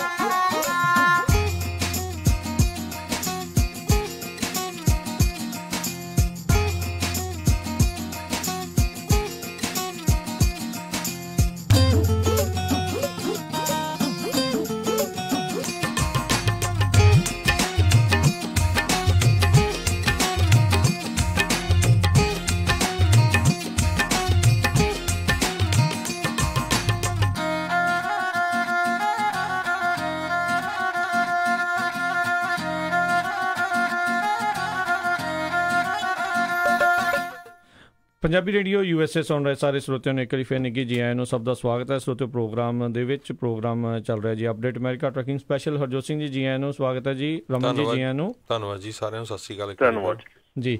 ਤੇ ਕੁਛ ਰਮਨ ਜੀ ਆਪਣੇ ਟਰੱਕਿੰਗ ਨਾਲ ਸੰਬੰਧਿਤ ਜਿਹੜੇ ਕੁਝ ਸਵਾਲ ਕਰਨ ਵਾਲੇ ਵੀ ਹੈਗੇ, ਆਪਾਂ ਉਹਨਾਂ ਦੀਆਂ ਜਿਹੜੀਆਂ ਕਾਲਸ ਲੈਂਦੇ ਆ, ਉਹਨਾਂ ਦੇ ਨਾਲ ਗੱਲਬਾਤ ਕਰਦੇ ਹਾਂ। ਬਲਵਿੰਦਰ ਜੀ ਸਤਿ ਸ਼੍ਰੀ ਅਕਾਲ ਜੀ। ਸਤਿ ਸ਼੍ਰੀ ਅਕਾਲ ਬੇਟਾ, ਮੈਂ ਬਲਵਿੰਦਰ ਬੋਲਦਾ ਵਾਂ ਜੀ। ਜੀ ਮੈਂ ਇਹ ਕੁਐਸਚਨ ਤੁਹਾਡੇ ਸਾਰਿਆਂ ਅੱਗੇ ਹੀ ਆ। ਆਪਣੇ ਇੱਕ ਬੰਦੇ ਦਾ ਐਕਸੀਡੈਂਟ ਟਰੱਕ ਪਲਟ ਗਿਆ ਤੇ ਉਹਦਾ ਜਿਹੜਾ ਮਾਲਕ ਆ ਉਹਨੂੰ ਹਸਪਤਾਲ ਲੈ ਕੇ ਗਿਆ। ਹਸਪੀਟਲ ਵਾਲੇ ਕਹਿੰਦਾ ਵੀ ਇਹ ਪੈਸੇ ਤੈਨੂੰ ਭਰਨੇ ਪੈਣੇ ਆ, ਅਰੇ ਬਿੱਲ ਤਾਂ ਨਹੀਂ ਆਇਆ। ਬਾਕੀ ਅੱਗੋਂ ਉਹਦੀ ਤਨਖਾਹ ਨਹੀਂ ਦੇ ਰਿਹਾ। ਚੱਕਰ ਲਾਇਆ ਜਿਹੜਾ ਨੰਬਰ 2 ਉਹਦਾ ਆਂਦਾ ਮੇਰਾ ਟੋਹ 'ਚ ਇੰਨੇ ਪੈਸੇ ਲੱਗੇ, ਮੈਂ ਕੀ ਕਰਾਂ। ਤੇ ਇੰਸ਼ੋਰੈਂਸ ਕੋਈ ਨਹੀਂ ਆਖੇ ਆਪਣੀ ਕਵਰ ਕਰਾ ਲਾ, ਮੇਰੇ ਕੋਲ ਨਹੀਂ ਹੈਗੀ ਇੰਸ਼ੋਰੈਂਸ। ਫਿਰ ਆਪਾਂ ਇਹਦੇ ਬਾਰੇ ਕੀ ਇਲਾਜ ਕਰ ਸਕਦੇ ਹਾਂ? ਮੈਂ ਚੱਲਿਆ ਹਾਂ ਕੋਰਟ, ਫਿਰ ਮਹਾਂ ਵੀ ਜਾਂ 2-3 ਦਿਨ ਵੇਖ ਲਈਏ ਭਲਾ ਕੀ ਬੋਲਦਾ ਹੋਵੇ। ਦੱਸੋ ਤੁਸੀਂ ਸਲਾਹ ਦਿਓ ਜੀ। ਜੀ ਰਮਨ ਜੀ। ਬਿਲਕੁਲ ਜੀ ਬਿਲਕੁਲ। ਇਹ ਦੇਖੋ ਇਹੋ ਹੀ ਚੀਜ਼ ਜਿਹੜੀ ਹੈਗੀ ਹੈ, ਮੈਂ ਥੋੜਾ ਜਿਹਾ ਜ਼ੋਰ ਇਸੇ ਗੱਲ ਤੇ ਹੁਣ ਚਲੋ ਇਹ ਇਸ਼ੂ ਜਿਹੜਾ ਖੜਾ ਹੋ ਗਿਆ ਕਿ ਆਪਣੀ ਕਮਿਊਨਿਟੀ ਦੇ ਵਿੱਚ ਜਿਹੜੀਆਂ ਇਹੋ ਜਿਹੀਆਂ ਪ੍ਰੋਬਲਮਸ ਜਿਹੜੀਆਂ ਇਹ ਬਹੁਤ ਦੇਖਣ ਨੂੰ ਮਿਲਦੀਆਂ ਆ। ਤੇ ਇਹਦੇ ਵਿੱਚ ਅਸੀਂ ਡੈਫੀਨੇਟਲੀ ਕਹਾਂਗੇ ਕਿ ਜੇ ਐਸੋਸੀਏਸ਼ਨ ਦੇ ਮੈਂਬਰ ਹੋਣਗੇ ਜਾਂ ਐਸੋਸੀਏਸ਼ਨ ਦੇ ਵਿੱਚ ਜੁਆਇਨ ਕੀਤਾ ਹੋਊਗਾ ਤੇ ਐਸੋਸੀਏਸ਼ਨ ਜ਼ਰੂਰ ਇਸ ਜਗ੍ਹਾ ਤੇ ਸਟੈਪ ਫਾਰਵਰਡ ਕਰੂਗੀ ਕਿ ਜਿਹੜੀ ਕੰਪਨੀ ਹੈਗੀ ਆ ਉਹਨੂੰ ਪ੍ਰੋਪਰਲੀ ਉਹਦੇ ਨਾਲ ਗੱਲ ਕੀਤੀ ਜਾਵੇ, ਉਹਨੂੰ ਪ੍ਰੋਪਰਲੀ ਦੱਸਿਆ ਜਾਵੇ ਕਿ ਇਹ ਜਿਹੜਾ ਕੇਸ ਹੈਗਾ ਆ, ਇਹ ਜਿਹੜੀ ਚੀਜ਼ ਹੈਗੀ ਆ। ਕਿਉਂਕਿ ਬਹੁਤ ਜ਼ਿਆਦਾ ਜਿਹੜੇ ਲੋਕੀ ਹੈਗੇ ਆ ਨਾ, ਉਹ ਇਹੋ ਜਿਹੀਆਂ ਹਰਕਤਾਂ ਨੂੰ, ਇਹੋ ਜਿਹੀਆਂ ਪ੍ਰੋਬਲਮਸ ਨੂੰ ਦਬਾ ਲੈਂਦੇ ਆ। ਡਰਾਈਵਰ ਨੂੰ ਵੀ ਤੇ ਕੰਪਨੀਆਂ ਨੂੰ ਵੀ ਬੜੇ ਲੋਕੀ ਦਬਾ ਲੈਂਦੇ ਆ। ਸੋ ਇਹ ਚੀਜ਼ ਨੂੰ ਕੰਪਨੀ ਨੂੰ ਵੀ ਜਿਹੜੀ ਹੈਗੀ ਆ ਉਹਨੂੰ ਵੀ ਇਹ ਨੌਲੇਜ ਮਿਲਣੀ ਚਾਹੀਦੀ ਹੈ ਕਿ ਇਹਦੇ ਕੌਨਸੀਕੁਐਂਸਿਸ ਕੀ ਹੋ ਸਕਦੇ ਆ, ਇਹਦੇ ਕਿੱਧਰ ਨੂੰ ਇਹ ਕੇਸ ਜਾ ਸਕਦਾ ਹੈ। ਸੋ ਅੱਗੇ ਵੀ ਜਿਹੜੀ ਹੁਣ ਮੈਂ ਸ਼ਾਇਦ ਆਪਾਂ ਇੱਕ ਅੱਗੇ ਨਿਊਜ਼ ਮੈਂ ਸਾਂਝੀ ਵੀ ਕਰਨੀ ਸੀਗੀ ਜਿਹਦੇ ਵਿੱਚ ਕਿ ਇੱਕ ਡਰਾਈਵਰ ਹਰਟ ਹੋਇਆ ਸੀਗਾ। ਦੇਖੋ ਉਹ ਨਿਊਜ਼ ਜਿਹੜੀ ਹੈ ਕਿ ਉਹਨੂੰ ਬੰਦਾ ਜਿਹੜਾ ਹਰਟ ਹੋਇਆ ਆ ਉਹ ਇੱਕ ਟਰੱਕ ਸਟਾਪ ਤੇ ਨਹਾਉਂਦਾ ਹਰਟ ਹੋਇਆ, ਨਹਾ ਰਿਹਾ ਸੀ ਸ਼ਾਵਰ ਦੇ ਵਿੱਚ ਉਹ, ਸ਼ਾਵਰ ਦੇ ਵਿੱਚ ਨਹਾਉਂਦਾ ਹਰਟ ਹੋਇਆ ਤੇ ਉਹ ਵਰਕਰਸ ਕਾਮ ਦੇ ਕੋਲ ਕੇਸ ਗਿਆ। ਵਰਕਰਸ ਕਾਮ ਦੇ ਕੋਲ ਕੇਸ ਕਿਉਂ ਗਿਆ? ਕਿਉਂਕਿ ਅਗਲੀ ਕੰਪਨੀ ਕੋਲ ਵਰਕਰਸ ਕਾਮ ਹੈਗੀ ਸੀ, ਹਾਲਾਂਕਿ ਉਹਦੀ ਵਰਕਰਸ ਕਾਮ ਡਿਨਾਈ ਹੋ ਗਈ ਕਿਉਂਕਿ ਉਹ ਆਊਟ ਆਫ ਕੋਰਸ ਬਿਜ਼ਨਸ ਜਿਹੜਾ ਕੋਰਸ ਉਹ ਕਰ ਰਿਹਾ ਸੀਗਾ, ਉਹ ਆਪਣੇ ਬਾਥਰੂਮ ਦੇ ਵਿੱਚ ਸੀਗਾ, ਆਪਣਾ ਨਹਾ ਰਿਹਾ ਸੀ, ਨਹਾਉਣ ਤੋਂ ਬਾਅਦ ਜਦੋਂ ਸ਼ੂ ਪਾਉਣ ਲੱਗਾ ਉਹ ਗਿਰ ਗਿਆ। ਠੀਕ ਹੈ, ਈਵਨ ਪਾਇਲਟ ਫਲਾਈਂਗ ਜੇ ਦੇ ਉੱਤੇ ਵੀ ਉਹਨੇ ਕੇਸ ਕੀਤਾ ਤੇ he got $40,000 out of Pilot Flying J, ਤੇ ਪਲੱਸ ਜਿਹੜੀ ਉਹਦੀ ਸਾਰੇ ਜਿਹੜੇ ਉਹਦੇ ਸੀਗੇ ਆਪਣੇ ਪੇਮੈਂਟ ਸੀ ਜਿਹੜੀ ਉਹਦੀਆਂ ਮੈਡੀਕਲ ਐਕਸਪੈਂਸਿਸ ਸੀ ਉਹ ਪੇ ਕੀਤੇ। ਪਲੱਸ ਉਸ ਤੋਂ ਬਾਅਦ ਉਹਨੇ ਵਰਕਰਸ ਕਾਮ ਨੂੰ ਫੜਿਆ, ਪਰ ਵਰਕਰਸ ਕਾਮ ਨੇ ਉਹਦਾ ਡਿਨਾਈ ਕਰਤਾ। ਮੇਰੇ ਕਹਿਣ ਦਾ ਮਤਲਬ ਹੈ ਵੀ ਛੋਟੀ ਜਿਹੀ ਜਿਹੜੀਆਂ ਗੱਲਾਂ ਹੈ ਨਾ ਉਹ ਵੀ ਏਦਾਂ ਮਤਲਬ ਕਿ ਇੰਨੀ ਦੂਰ ਤੱਕ ਔਰ ਇੰਨੀਆਂ ਲੰਮੀਆਂ ਜਾ ਸਕਦੀਆਂ, ਔਰ ਇਹ ਆਪਣੀਆਂ ਕੰਪਨੀਆਂ ਨੂੰ ਇਸੇ ਚੀਜ਼ ਦੀ ਸਮਝ ਨਹੀਂ ਹੈਗੀ ਕਿ ਅਸੀਂ ਸਿਰਫ ਜੇ ਕੋਈ ਪ੍ਰੋਬਲਮ ਪੈ ਗਈ, ਜੇ ਇਸ਼ੂ ਹੁਣ ਚਲੋ ਠੀਕ ਹੈ ਟਰੱਕ ਪਲਟ ਗਿਆ, ਠੀਕ ਹੈ ਨਾ, ਹੋ ਗਿਆ, ਪਰ ਤੁਸੀਂ ਪ੍ਰੋਪਰਲੀ ਅਗਲੇ ਦਾ ਕੰਮ ਤਾਂ ਹੈਂਡਲ ਕਰੋ, ਅਗਲੇ ਦੇ ਬਿੱਲ ਤੇ ਹੈਂਡਲ ਕਰੋ। ਜਦੋਂ ਤੁਸੀਂ ਫਿਰ ਜੇ ਜਾਂ ਤੁਸੀਂ ਇੰਸ਼ੋਰੈਂਸ ਲਓ ਪੂਰੀ, ਜੇ ਤੁਸੀਂ ਇੰਸ਼ੋਰੈਂਸ ਨਹੀਂ ਲਈ ਫਿਰ ਤੁਸੀਂ ਲਾਇਬਲ ਆ ਹਰ ਇੱਕ ਚੀਜ਼ ਦੇ। ਉਹ ਬਿਲਕੁਲ ਰਮਨ ਜੀ, ਜੇ ਉਹ ਇੱਕ ਵਾਰੀ ਵੀ ਜਿਹੜਾ ਹੈਗਾ ਲੇਬਰ ਕੋਡ ਚਲ ਗਿਆ ਨਾ ਤਾਂ ਟੋਟਲੀ ਜਿਹੜਾ ਡਿਸੀਜਨ ਆ ਉਹ ਟਰੱਕਿੰਗ ਕੰਪਨੀ ਦੇ ਉਲਟ ਜਾਣਾ 100% ਜੀ 100%। ਬਿਲਕੁਲ। ਸੋ ਉਹਨਾਂ ਨੂੰ ਜਿਹੜਾ ਸਮਝ ਲੈਣਾ ਚਾਹੀਦਾ, ਜਿਹੜੇ ਵੀ ਕੋਈ ਟਰੱਕਿੰਗ ਕੰਪਨੀ ਜੇ ਕੋਈ ਇੱਦਾਂ ਆਪਣੇ ਡਰਾਈਵਰ ਨੇ ਆਪਣੇ ਨਾਲ ਕੀ ਆ, ਜਿਹੜੀ ਹਰਜੋਤ ਜੀ ਰਮਨ ਜੀ ਗੱਲ ਹੁੰਦੀ, ਆਪਣੇ ਬਹੁਤੇ ਬੰਦੇ ਭਲੀ ਮਾਨਸੀ ਦੇ ਵਿੱਚ ਜਿਹੜੇ ਮਾਰੇ ਵੀ ਜਾਂਦੇ ਆ ਇਹੋ ਜਿਹੇ ਚੱਕਰ ਦੇ ਵਿੱਚ, ਕਹਿੰਦੇ ਚੱਲ ਛੱਡ ਪਰਾਂ ਯਾਰ, ਪਤਾ ਨਹੀਂ ਕੀ ਹੋ ਜਾਣਾ, ਕਿਵੇਂ ਹੋ ਜਾਣਾ। ਸੋ ਪਰ ਜਿੱਥੇ ਤੁਹਾਡਾ ਹੱਕ ਆ ਉਹਦੇ ਲਈ ਤੁਹਾਨੂੰ ਜਿਹੜਾ ਖੜਨਾ ਪੈਣਾ, ਤੇ ਹੱਕ ਜਿਹੜਾ ਆ ਤੁਹਾਨੂੰ ਜਿਹੜਾ ਉਹ ਲੈਣਾ ਹੀ ਪੈਣਾ। ਕਿਸੇ ਨੇ ਜਿਹੜੇ ਆ ਘਰੇ ਆ ਕੇ ਨਹੀਂ ਇੱਦਾਂ ਚੀਜ਼ਾਂ ਜਿਹੜੀਆਂ ਉਹ ਦੇਣੀਆਂ, ਕਈ ਵਾਰੀ ਜਿਹੜੇ ਹੱਕ ਮੰਗਣੇ ਹੀ ਪੈਂਦੇ ਆ ਤੇ ਖੋਣੇ ਹੀ ਪੈਂਦੇ ਆ। ਸੋ ਡੈਫੀਨੇਟਲੀ ਜਿਨ੍ਹਾਂ ਨੇ ਕਾਲ ਕੀਤੀ ਸੀ ਉਹ ਕਰ ਲਓ, ਜੇ ਉਹ ਬੰਦੇ ਮੰਨਦੇ ਨੇ ਉਹਨਾਂ ਨੂੰ ਦੱਸ ਦਿਓ ਭਾਈ ਕੰਸੀਕੁਐਂਸ ਆ ਹੋਣੇ ਆ। ਇੱਕ ਦੋ ਕੇਸਾਂ ਦਾ ਜਿਹੜਾ ਹਵਾਲਾ ਵੀ ਜਿਹੜਾ ਉਹਨਾਂ ਨੂੰ ਤੁਸੀਂ ਦੇ ਸਕਦੇ ਹੋ। ਔਰ ਬਿਲਕੁਲ ਲੇਬਰ ਕੋਡ ਦੇ ਵਿੱਚ ਕੋਈ ਜਾਣਾ ਔਖਾ ਨਹੀਂ, you don't need any lawyer, ਸਿਰਫ ਫਾਰਮ ਭਰ ਕੇ ਤੁਸੀਂ ਉੱਥੇ ਕਰ ਦੇਣਾ ਤੇ ਲੇਬਰ ਕੋਡ ਵਾਲੇ ਫਿਰ ਇੰਨਾ ਮਗਰ ਪੈਂਦੇ ਆ ਨਾ, ਬੰਦੇ ਦਾ ਧੂੰਆਂ ਕੱਢ ਦਿੰਦੇ ਆ ਜਿਹੜੀ ਕੰਪਨੀ ਆ। ਸੋ ਉਹ ਇਹ 'ਚ ਖਤਰਾ। ਦੂਜੀ ਗੱਲ ਇਹ ਹੈ ਟਰੱਕਿੰਗ ਕੰਪਨੀ ਨੂੰ ਰਮਨ ਜੀ ਸਭ ਤੋਂ ਪਹਿਲਾਂ ਮੇਕ ਸ਼ੋਰ ਕਰਨਾ ਚਾਹੀਦਾ ਜਿਹੜਾ ਤੁਸੀਂ ਇੰਡੀਪੈਂਡੈਂਟ ਆਪਰੇਟਰ ਵੀ ਹਾਇਰ ਕਰਦੇ ਭਾਈ ਤੁਹਾਡੇ ਕੋਲ ਹੈਲਥ ਇੰਸ਼ੋਰੈਂਸ ਹੈਗੀ ਆ, ਐਡੀ ਕੋਈ ਮਹਿੰਗੀ ਨਹੀਂ। ਮੈਂ ਤਾਂ ਕਹਿੰਦਾ ਜਿਹੜੀਆਂ ਟਰੱਕਿੰਗ ਕੰਪਨੀਆਂ ਉਹਨਾਂ ਨੂੰ ਜਿਹੜੇ ਲਾਈਫ ਇੰਸ਼ੋਰੈਂਸ ਚਾਹੇ ਪ੍ਰੋਵਾਈਡ ਕਰਨੀ ਚਾਹੀਦੀ, $15-20 ਦੀ, ਕਈ ਵਾਰੀ $1.5 ਲੱਖ ਦੀ ਇੰਸ਼ੋਰੈਂਸ ਹੋ ਜਾਂਦੀ ਆ। ਜਦੋਂ ਫਿਰ ਕੋਈ ਅਨਫੋਰਚੂਨੇਟ ਥਿੰਗ ਵਾਪਰਦੀ ਆ ਫਿਰ ਆਪਾਂ ਗੁਰਦੁਆਰੇ 'ਚ ਟੇਬਲ ਲਾ ਕੇ ਖੜ ਜਾਂਦੇ ਆ, ਹੈ ਨਾ। ਉੱਦਾਂ ਆਪਾਂ $5,000, $6,000, $7,000 ਮੰਥਲੀ ਬਣਾਉਣੇ ਹੈਗੇ, ਕਿੱਡੀ ਮਾੜੀ ਗੱਲ ਹੁੰਦੀ ਹੈਗੀ ਆ, ਰਾਈਟ। ਬਿਲਕੁਲ ਜੀ ਬਿਲਕੁਲ। ਇਹ ਚੀਜ਼ਾਂ ਬਹੁਤ ਚੀਜ਼ਾਂ ਜਿਹੜੀਆਂ ਨਾ ਇਸ ਵੇਲੇ ਜਿਹੜੀਆਂ ਸਾਡੀਆਂ ਇਹ ਧਿਆਨ ਦੇਣ ਵਾਲੀਆਂ ਇਹੋ ਜਿਹੇ ਕੰਮਾਂ ਦੇ ਵਿੱਚ ਕਿ ਅਸੀਂ ਨਿੱਕੀਆਂ ਅਣਗਹਿਲੀਆਂ ਜਿਹੜੀਆਂ ਨਿੱਕੀਆਂ ਅਸੀਂ ਮਿਸਟੇਕਸ ਜਿਹੜੀਆਂ ਕੋਈ ਵੀ ਤੁਸੀਂ ਹੁਣ ਸਾਡੇ ਇੱਕ ਪ੍ਰੋਬਲਮ ਇੱਥੇ ਖੜੀ ਹੋਈ ਆ, ਫਰਿਜ਼ਨੋ ਕੋਈ ਕੰਪਨੀ ਹੈਗੀ, ਉਹਨਾਂ ਵਿੱਚ ਪ੍ਰੋਬਲਮ ਹੈ ਕਿ ਉਹਨਾਂ ਦਾ ਐਕਸੀਡੈਂਟ ਹੋ ਗਿਆ ਤੇ ਉਸ ਤੋਂ ਬਾਅਦ ਉਹਨਾਂ ਨੇ ਜਿਹੜਾ ਰਿਕੁਆਇਰਮੈਂਟ ਹੈ ਕਿ ਤੁਹਾਡਾ ਰਾਈਟ ਵੇ ਡਰੱਗ ਟੈਸਟ ਹੋਣਾ ਚਾਹੀਦਾ ਡਰਾਈਵਰ ਦਾ, ਉਹ ਉਹਨਾਂ ਨੇ ਕਰਵਾਇਆ ਨਹੀਂ।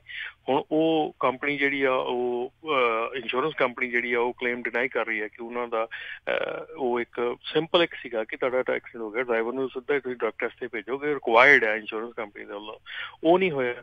ਸੋ ਨਿੱਕੀਆਂ ਮਿਸਟੇਕਸ ਜਿਹੜੀਆਂ ਆ ਉਹ ਬਹੁਤ ਜਿਹੜੀਆਂ ਇਸ ਵੇਲੇ ਖਰਾਬ ਕਰ ਰਹੀਆਂ ਕੰਪਨੀਆਂ ਨੂੰ। ਪਰ ਆਪਣੇ ਬੰਦਿਆਂ ਨੂੰ ਜਿੰਨਿਆਂ ਨੂੰ ਵੀ ਆਪਾਂ ਗੱਲ ਕਰੀਦੀ, ਜਿੱਥੇ ਵੀ ਆਪਾਂ ਗੱਲ ਕਰੀਦੀ ਆ, ਤੇ ਹੱਸ ਕੇ ਇੱਕ ਚੀਜ਼ ਕਹਿ ਦਿੰਦੇ ਆ, ਚਲੋ ਕੋਈ ਗੱਲ ਨਹੀਂ, ਜਦੋਂ ਦੇਖ ਲਾਂਗੇ, ਜਦੋਂ ਆਪਣੇ ਤੇ ਪਈ ਉਦੋਂ ਦੇਖਾਂਗੇ, ਕੋਈ ਗੱਲ ਨਹੀਂ, ਆਪਣੇ ਨਾਲ ਕਿਹੜੀ ਹੋਈ ਆ। ਦੇਖੋ ਹਰਜੋਤ ਜੀ ਰਮਨ ਜੀ, ਆਪਾਂ ਬਾਕੀ ਚੀਜ਼ਾਂ ਬੜੀਆਂ ਸਿੱਖਦੇ ਹਾਂ ਬਾਕੀਆਂ ਤੋਂ, ਗੋਰਿਆਂ ਤੋਂ ਵੀ। ਆਹ ਚੀਜ਼ ਬੜੀ ਚੰਗੀ ਉਹਨਾਂ ਦੀ, ਇਹ ਚੀਜ਼ ਆ, ਇਹ ਵੀ ਚੀਜ਼ ਦੇ ਵਿੱਚ ਜਿਹੜੀ ਉਹ ਸਿੱਖਣ ਦੀ ਜ਼ਰੂਰਤ ਆ ਵੀ ਅਗਲੇ ਆਪਣੇ ਹੱਕ ਦੇ ਲਈ ਖੜ ਜਾਂਦੇ ਆ ਜਿੱਥੇ ਵੀ ਹੁੰਦੇ ਆ, ਵੀ ਉਹ ਕਹਿੰਦੇ ਵੀ ਆਹ ਚੀਜ਼ ਜੇ ਮੇਰੇ ਨਾਲ ਧੱਕਾ ਹੋਇਆ ਤੇ ਇਹਦੀ ਕੰਪਨਸੇਸ਼ਨ ਉਸ ਨੂੰ ਮਿਲਣੀ ਹੀ ਜਿਹੜੀ ਆ ਚਾਹੀਦੀ ਆ। ਤੇ ਆਪਾਂ ਹਰਜੋਤ ਜੀ ਰਮਨ ਜੀ ਅਗਲੀਆਂ ਜਿਹੜੀਆਂ ਖਬਰਾਂ ਉਸ ਦੇ ਉੱਤੇ ਵੀ ਨਜ਼ਰ ਮਾਰੀਏ। ਕਹਿੰਦੇ ਇੱਕ ਜਿਹੜੇ ਕੁਝ ਸੈਨੀਟਰਸ ਆ ਉਹਨਾਂ ਨੇ ਜਿਹੜਾ ਡਰਾਈਵ ਸੇਫ ਬਿੱਲ ਜਿਹੜਾ ਆ ਉਹ ਇੰਟਰੋਡਿਊਸ ਕੀਤਾ ਆ। ਜਿੱਦਾਂ ਆਪਾਂ ਨੂੰ ਪਤਾ ਵੀ ਇਸ ਟਾਈਮ ਟਰੱਕ ਡਰਾਈਵਰਸ ਦਾ ਬਹੁਤ ਜ਼ਿਆਦਾ ਕਰੰਚ ਚੱਲ ਰਿਹਾ, ਬੜੀ ਸ਼ਾਰਟੇਜ ਚੱਲ ਰਹੀ ਉਸ ਦੇ ਮਾਮਲੇ 'ਚ, ਏਜ ਘਟਾਉਣ ਵਾਲਾ।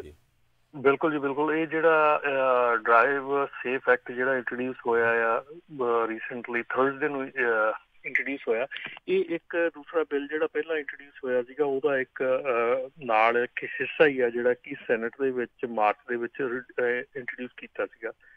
ਸੋ ਇਹਦੇ 71 ਕੋ ਸਪਾਂਸਰਸ ਹੈਗੇ ਆ ਤੇ ਇਨਕਲੂਡਿੰਗ ਜਿਹੜੇ 66 ਰਿਪਬਲਿਕਨ ਤੇ 5 ਡੈਮੋਕ੍ਰੇਟ ਦੇ ਜਿਹੜੇ ਕੋ ਸਪਾਂਸਰ ਹੈਗੇ ਆ।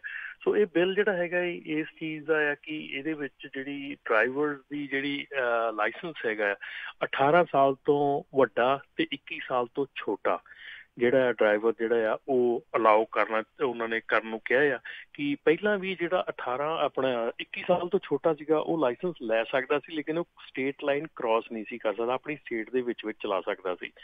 ਸੋ ਹੁਣ ਜਿਹੜਾ ਇਹ ਜਿਹੜਾ ਲਾਅ ਇਹਨਾਂ ਨੇ ਲਿਆਂਦਾ ਆ, ਇਹਦੇ ਵਿੱਚ ਇਹਨਾਂ ਨੇ ਕਿਹਾ ਹੈ ਕਿ ਇਹਨੂੰ ਕ੍ਰਾਸ ਸਟੇਟ ਲਾਈਨਸ ਜਾ ਸਕਦਾ ਹੈ, ਕਿ ਇੰਟਰ ਸਟੇਟ ਕਰ ਸਕਦਾ ਹੈ, ਉਹ ਸਾਰੇ US ਦੇ ਵਿੱਚ ਚਲਾ ਸਕਦਾ ਹੈ। ਸੋ ਕੋਸ਼ਿਸ਼ ਇਹ ਹੋਈ ਹੈ ਕਿ ਜਿਹੜੀ ਡਰਾਈਵਰ ਸ਼ਾਰਟੇਜ ਹੈਗੀ ਆ ਉਹਨੂੰ ਕਿਸੇ ਨਾ ਕਿਸੇ ਤਰ੍ਹਾਂ ਤੇ ਕਾਬੂ ਕੀਤਾ ਜਾਵੇ, ਕਿਸੇ ਨਾ ਕਿਸੇ ਤਰ੍ਹਾਂ ਤੇ ਉਹਨੂੰ ਕੰਟਰੋਲ ਕੀਤਾ ਜਾ ਸਕੇ। ਤੇ ਜਿਹੜੀ ਹੁਣ ਇਹਦੇ ਨਾਲ ਅਗੇਨ ਦੋਨੋਂ ਸਾਈਡ ਤੇ ਜਿਹੜੇ ਇਹਦੇ ਜਿਹੜੇ ਹੈਗੇ ਆ ਸਪੋਰਟ ਵੀ ਹੈਗੀ ਆ ਤੇ ਇਹਦੇ ਅਗੇਂਸਟ ਵੀ ਹੈਗੇ ਆ। ਸਪੋਰਟ ਦੇ ਵਿੱਚ ਹੈ ਕਿ ਇਹਨੂੰ ਕਿਸੇ ਨਾ ਕਿਸੇ ਢੰਗ ਦੇ ਨਾਲ ਜਿਹੜੀ ਸ਼ਾਰਟੇਜ ਇਹਨੂੰ ਕਮੀ ਕੀਤੀ ਜਾਵੇ, ਤੇ ਅਗੇਂਸਟ ਜਿਹੜੇ ਹੈਗੇ ਆ ਉਹ ਆ ਕਿ ਯੰਗਸਟਰ ਹੈਗੇ ਆ 18 years old ਹੈਗੇ ਆ, ਕੈਨ ਦੇ handle all that pressure and all that, ਠੀਕ ਹੈ। ਤੇ ਇਹਦਾ ਜਿਹੜਾ ਪਾਇਲਟ ਪ੍ਰੋਗਰਾਮ ਹੈ ਆਲਰੇਡੀ ਸ਼ੁਰੂ ਹੋ ਚੁੱਕਾ ਹੈ। ਪਾਇਲਟ ਪ੍ਰੋਗਰਾਮ ਦੇ ਥੱਲੇ ਇਹਨੂੰ 3 ਸਾਲ ਦਾ ਪਾਇਲਟ ਪ੍ਰੋਗਰਾਮ ਹੈਗਾ, ਜਿਹਦੇ ਵਿੱਚ ਕਿ ਇਹਨਾਂ ਦੇ ਜਿਹੜੇ ਯੰਗਸਟਰ ਹੈਗੇ ਉਹਨਾਂ ਨੂੰ ਲਾਇਸੈਂਸ ਦਵਾ ਕੇ ਉਹਨਾਂ ਨੂੰ ਕ੍ਰਾਸ ਸਟੇਟ ਲਾਈਨ ਚਲਾ ਕੇ ਟਰਾਈ ਕਰਨੀ ਹੈ, ਦੇਖਣਾ ਹੈ, ਟੈਸਟ ਕਰਨਾ ਹੈ ਕਿ ਇਹ ਠੀਕ ਚੱਲ ਰਿਹਾ ਕਿ ਨਹੀਂ। International food service distribution association ਉਹ ਵੀ ਜਿਹੜੀ ਆ ਸਪੋਰਟ ਕਰ ਰਹੀ ਹੈਗੀ ਆ। ਤੇ ਸਾਡੇ ਨਾਲ ਕੁਝ ਕਾਲਰ ਜੁੜੇ ਹੋਏ ਆ, ਰਾਜਕਨਵੀਰ ਸਿੰਘ ਜੀ। ਹਾਂਜੀ, ਆਪਾਂ ਉਹਨਾਂ ਦੇ ਨਾਲ ਗੱਲ ਕਰਦੇ ਹਾਂ ਜੀ। ਆਪਣੇ ਨਾਲ ਜੁੜੇ ਨੇ ਅਮਰਜੀਤ ਜੀ, ਸਤਿ ਸ਼੍ਰੀ ਅਕਾਲ। ਸਤਿ ਸ਼੍ਰੀ ਅਕਾਲ ਤਿੰਨਾਂ ਭਰਾਵਾਂ ਨੂੰ। ਸਤਿ ਸ਼੍ਰੀ ਅਕਾਲ ਜੀ। ਜੀ ਅਮਰਜੀਤ ਜੀ। ਹਾਂਜੀ, ਮੈਂ ਰਮਨ ਭਾਜੀ ਨਾਲ ਗੱਲ ਕਰਨਾ ਮੰਗਦਾ ਸੀ। ਹਾਂਜੀ, ਸੁਣ ਰਹੇ ਆ ਜੀ। ਜੀ ਹਾਂਜੀ, ਸਤਿ ਸ਼੍ਰੀ ਅਕਾਲ ਰਮਨ ਭਾਜੀ। ਸਤਿ ਸ਼੍ਰੀ ਅਕਾਲ ਜੀ। ਭਾਜੀ ਜਿੱਦਾਂ ਮੇਰੇ ਨਾਲ ਕੱਲ ਗੱਲ ਜਿਹੜੀ ਹੋਈ ਹੈ ਨਾ, ਮੈਂ ਜਿੱਦਾਂ ਮੇਜ਼ ਜਿਹਾ ਰਹਿ ਗਿਆ ਨਾ, ਜਾਂ ਤੁਸੀਂ ਵੀ ਹਰੇਕ ਹਫ਼ਤੇ ਗੱਲ ਕਰਦੇ ਹੁੰਦੇ ਆ ਵੀ ਆਪਾਂ ਨੂੰ ਇੱਕ ਚਾਹੀਦਾ ਨਾ ਸਾਰਿਆਂ ਨੂੰ ਓਨਰ ਆਪਰੇਟਰ ਨੂੰ ਕਰਕੇ, ਆਪਾਂ ਨੂੰ ਜਿਹੜੇ ਬ੍ਰੋਕਰ ਆ ਜਾਂ ਡਿਸਪੈਚ ਆਪਾਂ ਨੂੰ ਕੁਛ ਨਹੀਂ ਸਮਝਦੇ ਨਾ ਜੀ।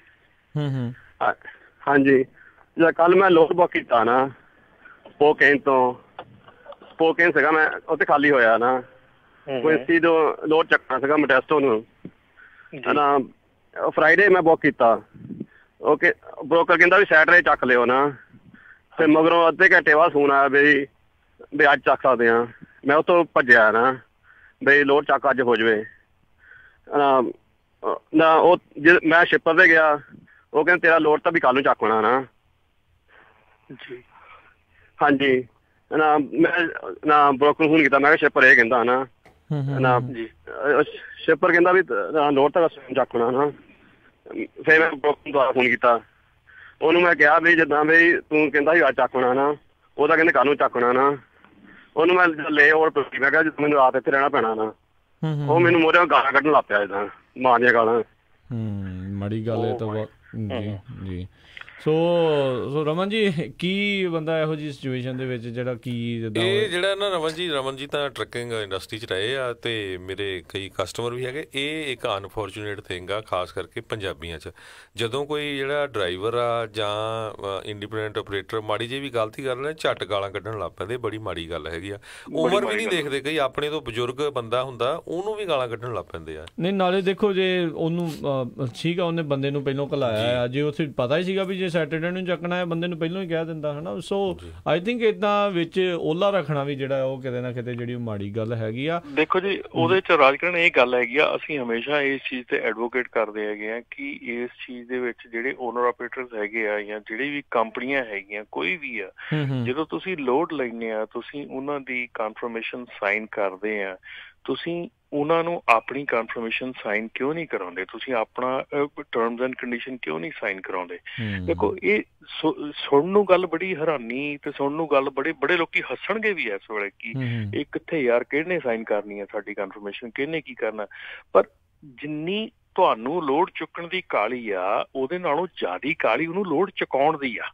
ਹੁਣ ਪ੍ਰੋਡਿਊਸ ਦਾ ਲੋਡ ਆ, ਐਪਲ ਆ, ਮੰਨ ਲਓ ਜਿੱਥੋਂ ਇਹ ਆਪਣੇ ਭਾਈ ਸਾਹਿਬ ਹੁਣੀ ਉੱਥੋਂ ਗੱਲ ਕਰ ਰਹੇ ਕਿ ਉੱਥੋਂ ਇਹਨਾਂ ਨੇ ਵਾਸ਼ਿੰਗਟਨ ਸਟੇਟ ਦੇ ਵਿੱਚ ਲੋਡ ਚੱਕਣਾ ਸੀ, ਉੱਥੋਂ ਐਪਲ ਮੋਸਟ ਪ੍ਰੋਬੇਬਲੀ ਐਪਲਸ ਹੋਣਗੇ, ਠੀਕ ਹੈ ਨਾ।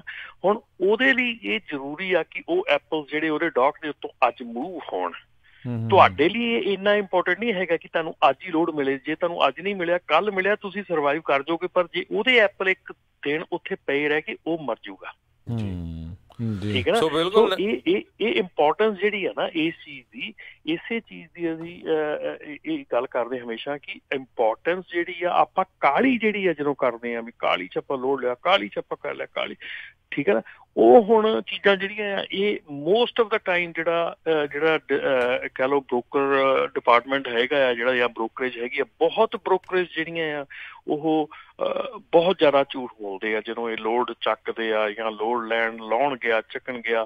ਇਹ ਜਦੋਂ ਆਫਿਸ 'ਚ ਸ਼ਿਪਰ ਮੰਨ ਲਓ ਉਹਨੂੰ ਕਾਲ ਕਰਕੇ ਵੀ ਕਹਿ ਦਿੰਦਾ ਵੀ ਭਾਈ ਤੇਰਾ ਲੋਡ ਜਿਹੜਾ ਆ ਉਹ ਕੱਲ੍ਹ ਨੂੰ ਰੈਡੀ ਹੋਣਾ ਆ। ਹੁਣ ਬ੍ਰੋਕਰ ਨੂੰ ਪਤਾ ਆ ਵੀ ਲੋਡ ਕੱਲ੍ਹ ਨੂੰ ਰੈਡੀ ਹੋਣਾ ਆ, ਠੀਕ ਹੈ ਨਾ। ਬ੍ਰੋਕਰ ਨੇ ਆਪਣੇ ਉੱਥੇ ਜਿਹੜੀ ਆ ਉਹਦੀ ਓਵਰਨਾਈਟ ਜਿਹੜੇ ਪੈਸੇ ਬਚਾਉਣ ਨੂੰ ਉਹਨੂੰ ਕਹਿਤਾ ਵੀ ਚੱਲ ਕੋਈ ਗੱਲ ਨਹੀਂ ਤੂੰ ਭੱਜ ਲਾ, ਆਪਾਂ ਅੱਜ ਮੈਂ ਟਰਾਈ ਕਰਦਾ, ਤੂੰ ਲੋਡ ਚੱਕ ਲਾ ਜਾ ਕੇ, ਅੱਜ ਤੈਨੂੰ ਚੁਕਾ ਦਿੰਦੇ ਆ। ਹੁਣ ਉੱਥੇ ਗਿਆ ਸ਼ਿਪਰ ਨੇ ਤਾਂ ਆਲਰੇਡੀ ਉਹਨੂੰ ਕਿਹਾ ਆ, ਸ਼ਿਪਰ ਦਾ ਤਾਂ ਕੋਈ ਕਸੂਰ ਨਹੀਂ, ਸ਼ਿਪਰ ਨੇ ਤਾਂ ਆਲਰੇਡੀ ਉਹਨੂੰ ਕਿਹਾ, ਉਹਨੇ ਅੱਗੇ ਦੱਸਿਆ ਨਹੀਂ। ਹੁਣ ਉਹ ਜਿਹੜੀ ਸਿਚੁਏਸ਼ਨ ਆ ਉਹਦੇ ਵਿੱਚ ਡਰਾਈਵਰ ਜਿਹੜਾ ਆ ਉਹ ਉੱਥੇ ਪਹੁੰਚ ਗਿਆ ਉਹਦੇ ਕਹਿਣ ਤੇ, ਉਹ ਲਾਇਬਲ ਹੈ, ਉਹ ਮਤਲਬ ਕਿ ਉਹ ਆਪਣਾ ਓਵਰਨਾਈਟ ਸਟੇ ਜਿਹੜੀ ਉਹਦੀ ਉੱਥੇ ਬਣਦੀ ਆ ਉਹ ਲੈਣ ਦਾ ਹੱਕਦਾਰ ਹੈਗਾ। ਪਰ ਜੇ ਉਹਨੂੰ ਪਹਿਲਾਂ ਹੀ ਸੱਚ ਦੱਸੇ ਵੀ ਭਾਈ ਤੇਰਾ ਲੋਡ ਕੱਲ੍ਹ ਨੂੰ ਰੈਡੀ ਹੋਣਾ ਤੇ ਤੂੰ ਉੱਥੇ ਜਾਈ ਨਾ, ਤੂੰ ਉੱਥੇ ਜਿੱਥੇ ਹੈਗਾ ਉੱਥੇ ਬੈਠ ਲਾ, ਠੀਕ ਹੈ। ਸੋ ਇਹ ਚੀਜ਼ਾਂ ਜਿਹੜੀਆਂ ਆ ਇਹ ਬ੍ਰੋਕਰਸ ਜਿਹੜੇ ਆਪਣੇ ਹੈਗੇ ਆ, ਡਿਸਪੈਚਰਸ ਹੈਗੇ ਆ, ਇਹਨਾਂ ਨੂੰ ਇਹ ਚੀਜ਼ ਸੋਚਣੀ ਚਾਹੀਦੀ ਆ। ਬਹੁਤ ਵਾਰੀ ਚੀਜ਼ਾਂ ਜਿਹੜੀਆਂ ਔਰ ਕਈ ਵਾਰੀ ਭੇਜ ਦਿੰਦੇ ਆ, ਕਈ ਵਾਰੀ ਲੋਡ ਪਿਕ ਵੀ ਹੋ ਜਾਂਦਾ ਆ, ਗੈਸ ਵਰਕ ਹੁੰਦਾ ਵੀ ਚਲੋ ਕੋਈ ਗੱਲ ਨਹੀਂ ਭੇਜ ਦਿਓ ਤੇ ਉਹ ਸ਼ਾਇਦ ਉਹਦਾ ਚੱਕਿਆ ਹੀ ਜਾਵੇ। ਪਰ ਜਿਹੜੀਆਂ ਗਾਲਾਂ ਕੱਢਣੀਆਂ ਬਿਲਕੁਲ ਬੰਦ ਹੋਣੀਆਂ ਚਾਹੀਦੀਆਂ। ਇਹ ਤਾਂ ਜੀ ਬਹੁਤ ਇਹ ਤਾਂ ਦੇਖੋ ਇਹਦਾ ਇੰਡੀਵਿਜੂਅਲ ਬੰਦੇ ਤੇ ਉੱਤੇ ਡਿਪੈਂਡ ਕਰਦਾ ਹੈ ਕਿੱਦਾਂ ਦਾ ਉਹ ਹੈਗਾ ਆ, ਕੀ ਉਹਦੀ ਸਿਚੁਏਸ਼ਨ ਹੈਗੀ ਆ, ਪਰ ਜਿਹੜੀਆਂ ਅਬਿਊਜ਼ ਕਰਨਾ ਇਦਾਂ ਦੀ ਕੋਈ ਗੱਲ ਕਹਿਣੀ ਹੈ ਕਰਨੀ ਬਹੁਤ ਜ਼ਿਆਦਾ ਗਲਤ ਹੈ। ਅੱਜ ਕੱਲ੍ਹ ਜਿਹੜੀ ਨੰਬਰ 1 ਨਿਊਜ਼ ਬਣੀ ਉਹ ਆ ਕਿਸ ਤਰ੍ਹਾਂ ਜਿਹੜੀ ਪ੍ਰੈਜ਼ੀਡੈਂਟ ਟਰੰਪ ਦੀ ਐਡਵਾਈਜ਼ਰ ਸੀ ਓਮਰੋਸਾ, ਉਹਨ ਸਾਰੀਆਂ ਜਿਹੜੀਆਂ ਰਿਕਾਰਡਿੰਗ ਕੀਤੀਆਂ ਹੈਗੀਆਂ ਆ ਤੇ ਫਿਰ ਜਿਹੜੇ 1-2 ਵਾਰੀ ਕਿਸੇ ਨੇ ਰਿਕਾਰਡਿੰਗ ਕਰਕੇ ਗਾਲਾਂ ਵਾਲੀਆਂ ਪਾਈਆਂ ਫੇਸਬੁੱਕ ਤੇ YouTube ਤੇ, ਫਿਰ ਉਹਨਾਂ ਨੂੰ ਮੂੰਹ ਦਿਖਾਲਣ ਨਹੀਂ ਜੋਗੇ ਕਿਤੇ ਰਹਿਣਾ ਨਹੀਂ, ਫਿਰ ਹੀ ਘਟਣਾ ਹੈ ਇਦਾਂ ਦਾ ਕੰਮ ਜਿਹੜਾ ਹੈ। ਜੀ ਤੇ ਆਪਣੇ ਅਗਲੇ ਕਾਲਰ ਨੇ ਰਾਜਾ ਜੀ ਮੋਡੈਸਟੋ ਤੋਂ। ਸਤਿ ਸ਼੍ਰੀ ਅਕਾਲ ਜੀ। ਸਤਿ ਸ਼੍ਰੀ ਅਕਾਲ ਜੀ। ਸਤਿ ਸ਼੍ਰੀ ਅਕਾਲ। ਹਾਂਜੀ, ਮੈਂ ਡੈਫ ਬਾਰੇ ਪੁੱਛਣਾ ਸੀਗਾ ਵੀ ਕੈਲੀਫੋਰਨੀਆ ਦੇ ਵਿੱਚ ਕੀ ਇਹ ਹੁਣ ਅਲਾਉਡ ਹੋ ਗਏ ਟਰੱਕ, ਜਾਂ ਪਹਿਲਾਂ ਸੀ ਨਾ 2021 ਤੱਕ ਹੀ ਚੱਲਣੇ ਆ, ਜਾਂ ਉਹ ਵੀ ਡਿਲੇ ਹੋ ਗਿਆ? ਮੈਂ ਉਹਦੇ ਬਾਰੇ ਪਤਾ ਕਰਨਾ ਸੀਗਾ ਜੀ। ਠੀਕ ਹੈ ਜੀ। ਇਹ ਨਹੀਂ ਜੀ, ਇੱਕ ਕੁਛ ਵੀ ਡਿਲੇ ਨਹੀਂ ਹੋਇਆ ਜੀ। ਡੈਫ ਜਿਹੜਾ ਆ ਇਹ ਸਟੇ ਆ, ਇੱਥੇ ਰਹਿਣਾ ਆ, ਡੈਫ ਕਿਤੇ ਨਹੀਂ ਜਾਣਾ ਜੀ। ਜਿੰਨਾ ਦੇਰ ਤੱਕ ਇਲੈਕਟ੍ਰਿਕ ਟਰੱਕ ਨਹੀਂ ਆਉਂਦਾ ਉਨੀ ਦੇਰ ਤੱਕ ਡੈਫ ਇੱਥੇ ਹੀ ਰਹੇਗਾ ਜੀ। ਅਗਲੇ ਕਾਲਰ ਲਈ ਆਪਾਂ ਕਹਿੰਦੇ ਸੀ ਨਾ ਵੀ ਪਾਸ ਸੀਗਾ ਵੀ ਡੈਫ ਵਾਲੇ ਚੱਲ ਸਕਦੇ ਹੁਣ ਕੈਲੀਫੋਰਨੀਆ ਦੇ ਵਿਦਆਊਟ ਡੈਫ ਤੋਂ। ਇਹ ਅਜੇ ਤੱਕ ਤਾਂ ਕੋਈ ਐਸੀ ਨਿਊਜ਼ ਨਹੀਂ ਹੈਗੀ ਜੀ। ਅਜੇ ਤੱਕ ਤਾਂ ਡੈਫ ਜਿਹੜਾ ਉਹ it's going to stay. Okay, thank you ਜੀ। ਜੀ ਤੇ ਜਿਹੜੀ ਆਪਣੀ ਅਗਲੀ ਜਿਹੜੀ ਆ ਹਰਜੋਤ ਸਿੰਘ ਜੀ ਰਮਨ ਜੀ, ਆਪਾਂ ਉਸ ਜਿਹੜੀ ਖਬਰ ਦੇ ਵੱਲ ਨਜ਼ਰ ਮਾਰਦੇ ਹਾਂ। ਕਹਿੰਦੇ ਵੀ ਜਿਹੜੇ ਡੈਮਲਰ ਟਰੱਕਸ ਹੈਗੇ ਆ ਉਹਨਾਂ ਨੇ 45,000 ਕੈਸਕੇਡੀਆ ਜਿਹੜੇ ਇੰਸਟਰੂਮੈਂਟ ਪੈਨਲ ਇਸ਼ੂ ਦੇ ਕਰਕੇ ਜਿਹੜੇ ਵਾਪਸ ਜਿਹੜੇ ਮੰਗਾਏ ਜਾ ਰਹੇ ਆ, ਰੀਕਾਲ ਜਿਹੜਾ ਉਹਨਾਂ ਦਾ ਹੋਇਆ ਆ। ਇਹ ਪਹਿਲੀ ਵਾਰੀ ਨਹੀਂ, ਇਸ ਤੋਂ ਪਹਿਲਾਂ ਵੀ ਕਾਫੀ ਜਿਹੜੇ ਟਰੱਕਿੰਗ ਕੰਪਨੀਆਂ ਨੂੰ, ਜਿਹੜੇ ਟਰੱਕ ਮੈਨੂਫੈਕਚਰਰ ਆ, ਉਹਨਾਂ ਨੂੰ ਵਾਪਸ ਜਿਹੜੇ ਟਰੱਕਸ ਆ ਉਹ ਰੀਕਾਲ ਕਰਾਉਣੇ ਪੈ ਰਹੇ ਸੀਗੇ। ਬਿਲਕੁਲ ਜੀ, ਬਿਲਕੁਲ। ਇਹ ਜਿਹੜਾ ਰੀਕਾਲ ਦਾ ਚੱਕਰ ਹੈਗਾ ਇਹ ਆਮ ਤੌਰ ਤੇ ਕਾਰਾਂ ਦੇ ਵਿੱਚ ਹਰ ਜਿਹੜੇ ਇੰਸਟਰੂਮੈਂਟ ਹੈਗੇ, ਇਕੁਇਪਮੈਂਟ ਹੈਗਾ, ਇਹਦੇ ਵਿੱਚ ਚੱਲਦਾ ਰਹਿੰਦਾ। ਪਰ ਲੇਟਲੀ ਜਿਹੜਾ ਕਾਫੀ ਅਗਰੈਸਿਵ ਹੋਇਆ ਹੈਗਾ, ਕਿਉਂਕਿ ਪਿਛਲਾ ਜਿਹੜਾ ਰੀਕਾਲ ਸੀਗਾ ਉਹ ਕਮਿੰਸ ਦਾ ਇੰਜਨ ਦਾ ਸੀਗਾ ਔਰ ਕਾਫੀ ਵੱਡਾ ਰੀਕਾਲ ਸੀਗਾ। ਟੋਟਲ ਮੇਰੇ ਖਿਆਲ 7.5 ਜਾਂ 7.7 ਲੱਖ ਦੇ ਕਰੀਬ ਜਿਹੜੇ ਇੰਜਨ ਸੀਗੇ ਉਹ ਰੀਕਾਲ ਕੀਤੇ ਗਏ ਸੀਗੇ। ਤੇ ਹੁਣ ਜਿਹੜਾ ਇਹ ਰੀਕਾਲ ਹੈਗਾ ਇਹ ਡੈਮਲਰ ਟਰੱਕਸ ਦੇ ਵਿੱਚ ਕੈਸਕੇਡੀਆਜ਼ ਹੈਗੇ ਆ, ਜਿਹੜੇ ਕਿ 2017 ਤੋਂ ਲੈ ਕੇ 2019 ਤੱਕ ਦੇ ਜਿਹੜੇ ਮਾਡਲ ਈਅਰ ਹੈਗੇ, ਕਾਫੀ ਬਿਲਕੁਲ ਨਵੇਂ ਜਿਹੜੇ ਟਰੱਕ ਹੈਗੇ ਉਹਨਾਂ ਨੂੰ ਕੀਤਾ ਗਿਆ। ਇਹਦੇ ਵਿੱਚ ਹੈਗਾ ਜੀ ਇਹਨਾਂ ਦਾ ਜਿਹੜਾ ਇਗਨੀਸ਼ਨ ਕੰਟਰੋਲ ਯੂਨਿਟ ਹੈ, ਜਿਹੜਾ ਇਗਨੀਸ਼ਨ ਜਦੋਂ ਆਪਾਂ ਸਵਿਚ ਔਨ ਐਂਡ ਆਫ ਕਰਦੇ ਹਾਂ ਜਿੱਥੇ, ਉਹ ਜੇ ਤੁਸੀਂ ਸਵਿਚ ਨੂੰ ਇੱਕਦਮ ਜਲਦੀ ਔਨ ਕਰਕੇ ਆਫ ਕਰਕੇ ਦੁਬਾਰਾ ਫਿਰ ਔਨ ਕਰ ਦਿੰਦੇ ਆ ਤੇ ਉਹ ਤੁਹਾਡਾ ਜਿਹੜਾ ਰਿਕੁਆਇਰਡ ਬਲਬ ਚੈੱਕ ਹੈਗਾ ਆ ਉਹ ਨਹੀਂ ਕਰਦਾ, ਤੇ ਉਹਦੇ ਐਂਟੀ ਲਾਕ ਬ੍ਰੇਕ ਸਿਸਟਮ ਤੇ ਇਲੈਕਟ੍ਰੋਨਿਕ ਸਟੈਬਿਲਿਟੀ ਕੰਟਰੋਲ ਜਿਹੜਾ ਆ ਉਹ ਅਪਸੈਟ ਹੋ ਜਾਂਦਾ, ਉਹ ਠੀਕ ਨਹੀਂ, ਉਹਦੇ 'ਚ ਪ੍ਰੋਬਲਮ ਆ ਜਾਂਦੀ ਆ। ਸੋ ਇਹ ਜਿਹੜਾ ਹੈਗੀ ਆ ਰੀਕਾਲ ਹੈਗਾ, ਇਹਦੀ ਸਿੰਪਲ ਫਿਕਸ ਹੈਗੀ ਆ। ਉਹਨਾਂ ਦੇ ਸੈਪਟੈਂਬਰ 17 ਨੂੰ ਸਕੈਜੂਲ ਹੈਗੀ ਹੈ ਜੀ ਉਹਨਾਂ ਦੀ ਰੀਕਾਲ ਜਿਹੜੀ ਆ, ਤੇ ਇਹ ਰੀਕਾਲ ਦੇ ਤਹਿਤ ਉਹ ਰੀਪ੍ਰੋਗਰਾਮ ਕਰਨਾ ਪਊਗਾ ਤੁਹਾਡਾ ਜਿਹੜਾ ਇਗਨੀਸ਼ਨ ਕੰਟਰੋਲ ਯੂਨਿਟ ਹੈਗਾ। ਸੋ ਰੀਪ੍ਰੋਗਰਾਮ ਹੋ ਕਰਕੇ ਤੇ ਉਹਨੂੰ ਠੀਕ ਕੀਤਾ ਜਾਊਗਾ।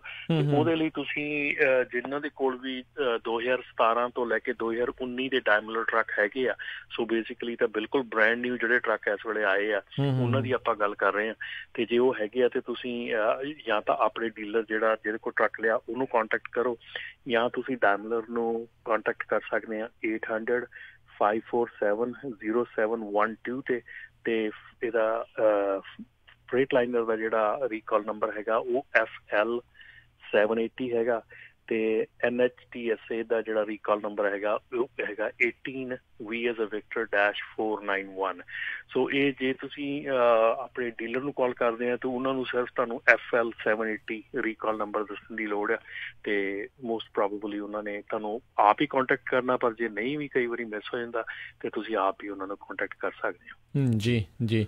ਤੇ ਇਸ ਤੋਂ ਪਹਿਲਾਂ ਆਪਾਂ ਆਈ ਥਿੰਕ ਪਿਛਲੀਆਂ ਕੁਛ ਜਿਹੜਾ ਹਫ਼ਤਾ ਪਹਿਲਾਂ ਜਿਹੜੀਆਂ ਖਬਰਾਂ ਉਹਦੇ ਵਿੱਚ ਵੀ ਜਿਹੜਾ ਦੱਸਿਆ ਸੀਗਾ ਵੀ ਜਿਹੜੇ ਹੋਰ ਵੀ ਜਿਹੜੇ ਟਰੱਕ ਆ ਤਕਰੀਬਨ ਵਲੰਟੀਅਰ ਰੀਕਾਲ 5 ਲੱਖ ਜਿਹੜੇ ਕਮਨਸ ਦੇ ਇੰਜਨ ਵਾਲਿਆਂ ਦੀ ਜਿਹੜੀ ਆ ਉਹਨਾਂ ਨੇ ਵੀ ਜਿਹੜੀ ਕੀਤੀ 2010 ਤੋਂ 2015 ਦੇ ਜਿਹੜੇ ਆ ਮਾਡਲ ਸੀਗੇ ਕਮਨਸ ਦੇ ਜਿਹੜੇ ਇੰਜਨ ਆ ਉਹਨਾਂ ਨੇ ਵਲੰਟੀਅਰ ਰੀਕਾਲ ਜਿਹੜੀ ਕੀਤੀ, ਕਿਉਂਕਿ ਐਮਿਸ਼ਨ ਸਿਸਟਮ ਦਾ ਕੋਈ ਉਸ ਦੇ ਵਿੱਚ ਇਸ਼ੂ ਜਿਹੜਾ ਉਹ ਸੀਗਾ।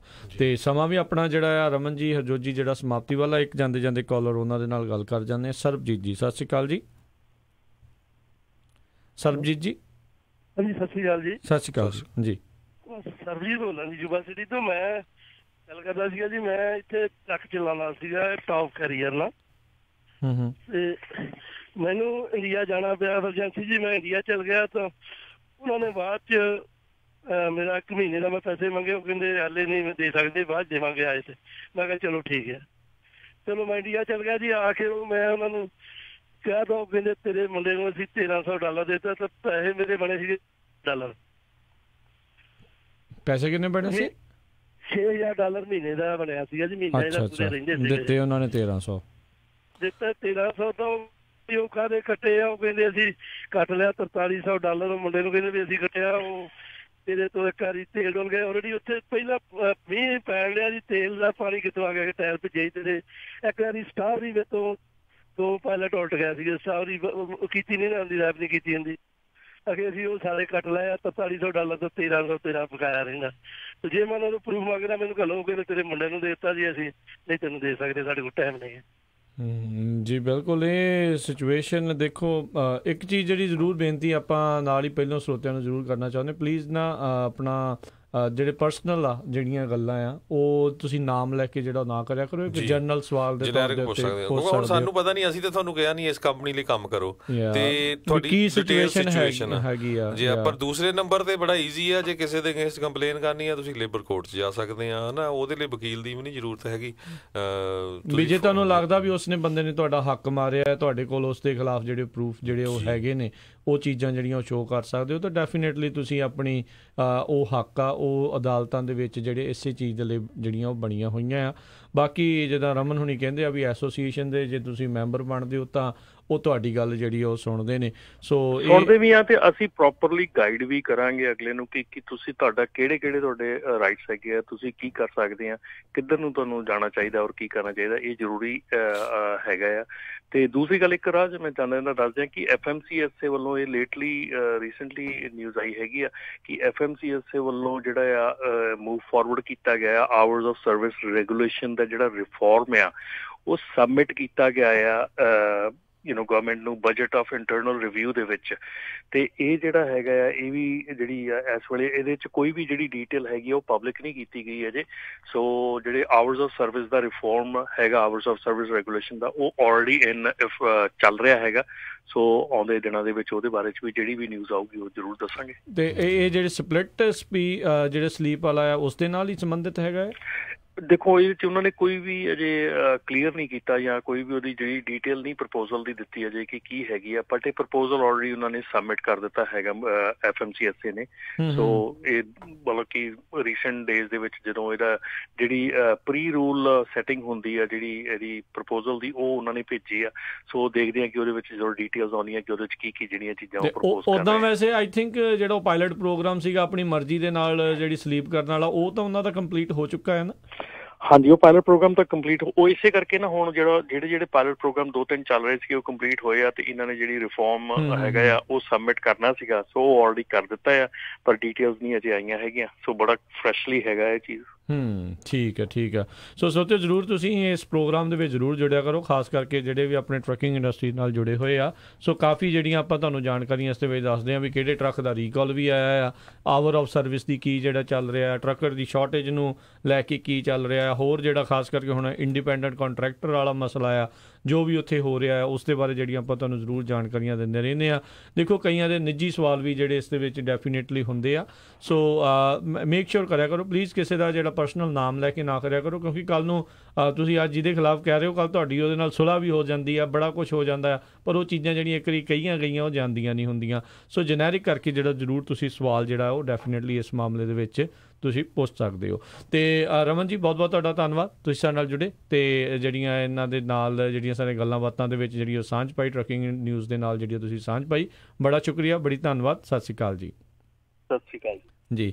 ਅਤੇ ਹਰਜੋਤ ਸਿੰਘ ਜੀ ਆਪਾਂ ਵੀ ਜਿਹੜੇ ਆ ਉਹ ਇਜਾਜ਼ਤ ਲੈਂਦੇ ਹਾਂ ਆਪਣੇ ਸਾਰੇ ਸਰੋਤਿਆਂ ਤੋਂ। ਅਗਲੀ ਵਾਰ ਮਿਲਾਂਗੇ ਜਿਹੜਾ ਜੀ ਹੁਣ ਅਗਲੇ ਹਫਤੇ ਦੇ ਵਿੱਚ ਅਪਡੇਟ ਅਮਰੀਕਾ ਦੇ ਵਿੱਚ ਸੋਮਵਾਰ ਨੂੰ। ਉਦੋਂ ਤੱਕ ਲਈ ਮੈਨੂੰ ਰਾਜਕਰਨਵੀਰ ਸਿੰਘ ਮੈਨੂੰ ਹਰਜੋਤ ਸਿੰਘ ਖਾਲਸਾ ਨੂੰ ਇਜਾਜ਼ਤ ਦਿਓ। ਸਾਡੇ ਦੋਨਾਂ ਵੱਲੋਂ ਤੁਹਾਨੂੰ ਸਾਰਿਆਂ ਨੂੰ ਪਿਆਰ ਸਤਿਕਾਰ ਸਾ ਨਿੱਘੀ ਜਿਹੀ ਸਤਿ ਸ਼੍ਰੀ ਅਕਾਲ। ਜਿਉਂਦੇ ਵਾਸਤੇ ਰਹੋ, ਹੱਸਦੇ ਖੇਡਦੇ ਰਹੋ, ਸੁਣਦੇ ਰਹੋ ਪੰਜਾਬੀ ਰੇਡੀਓ USA।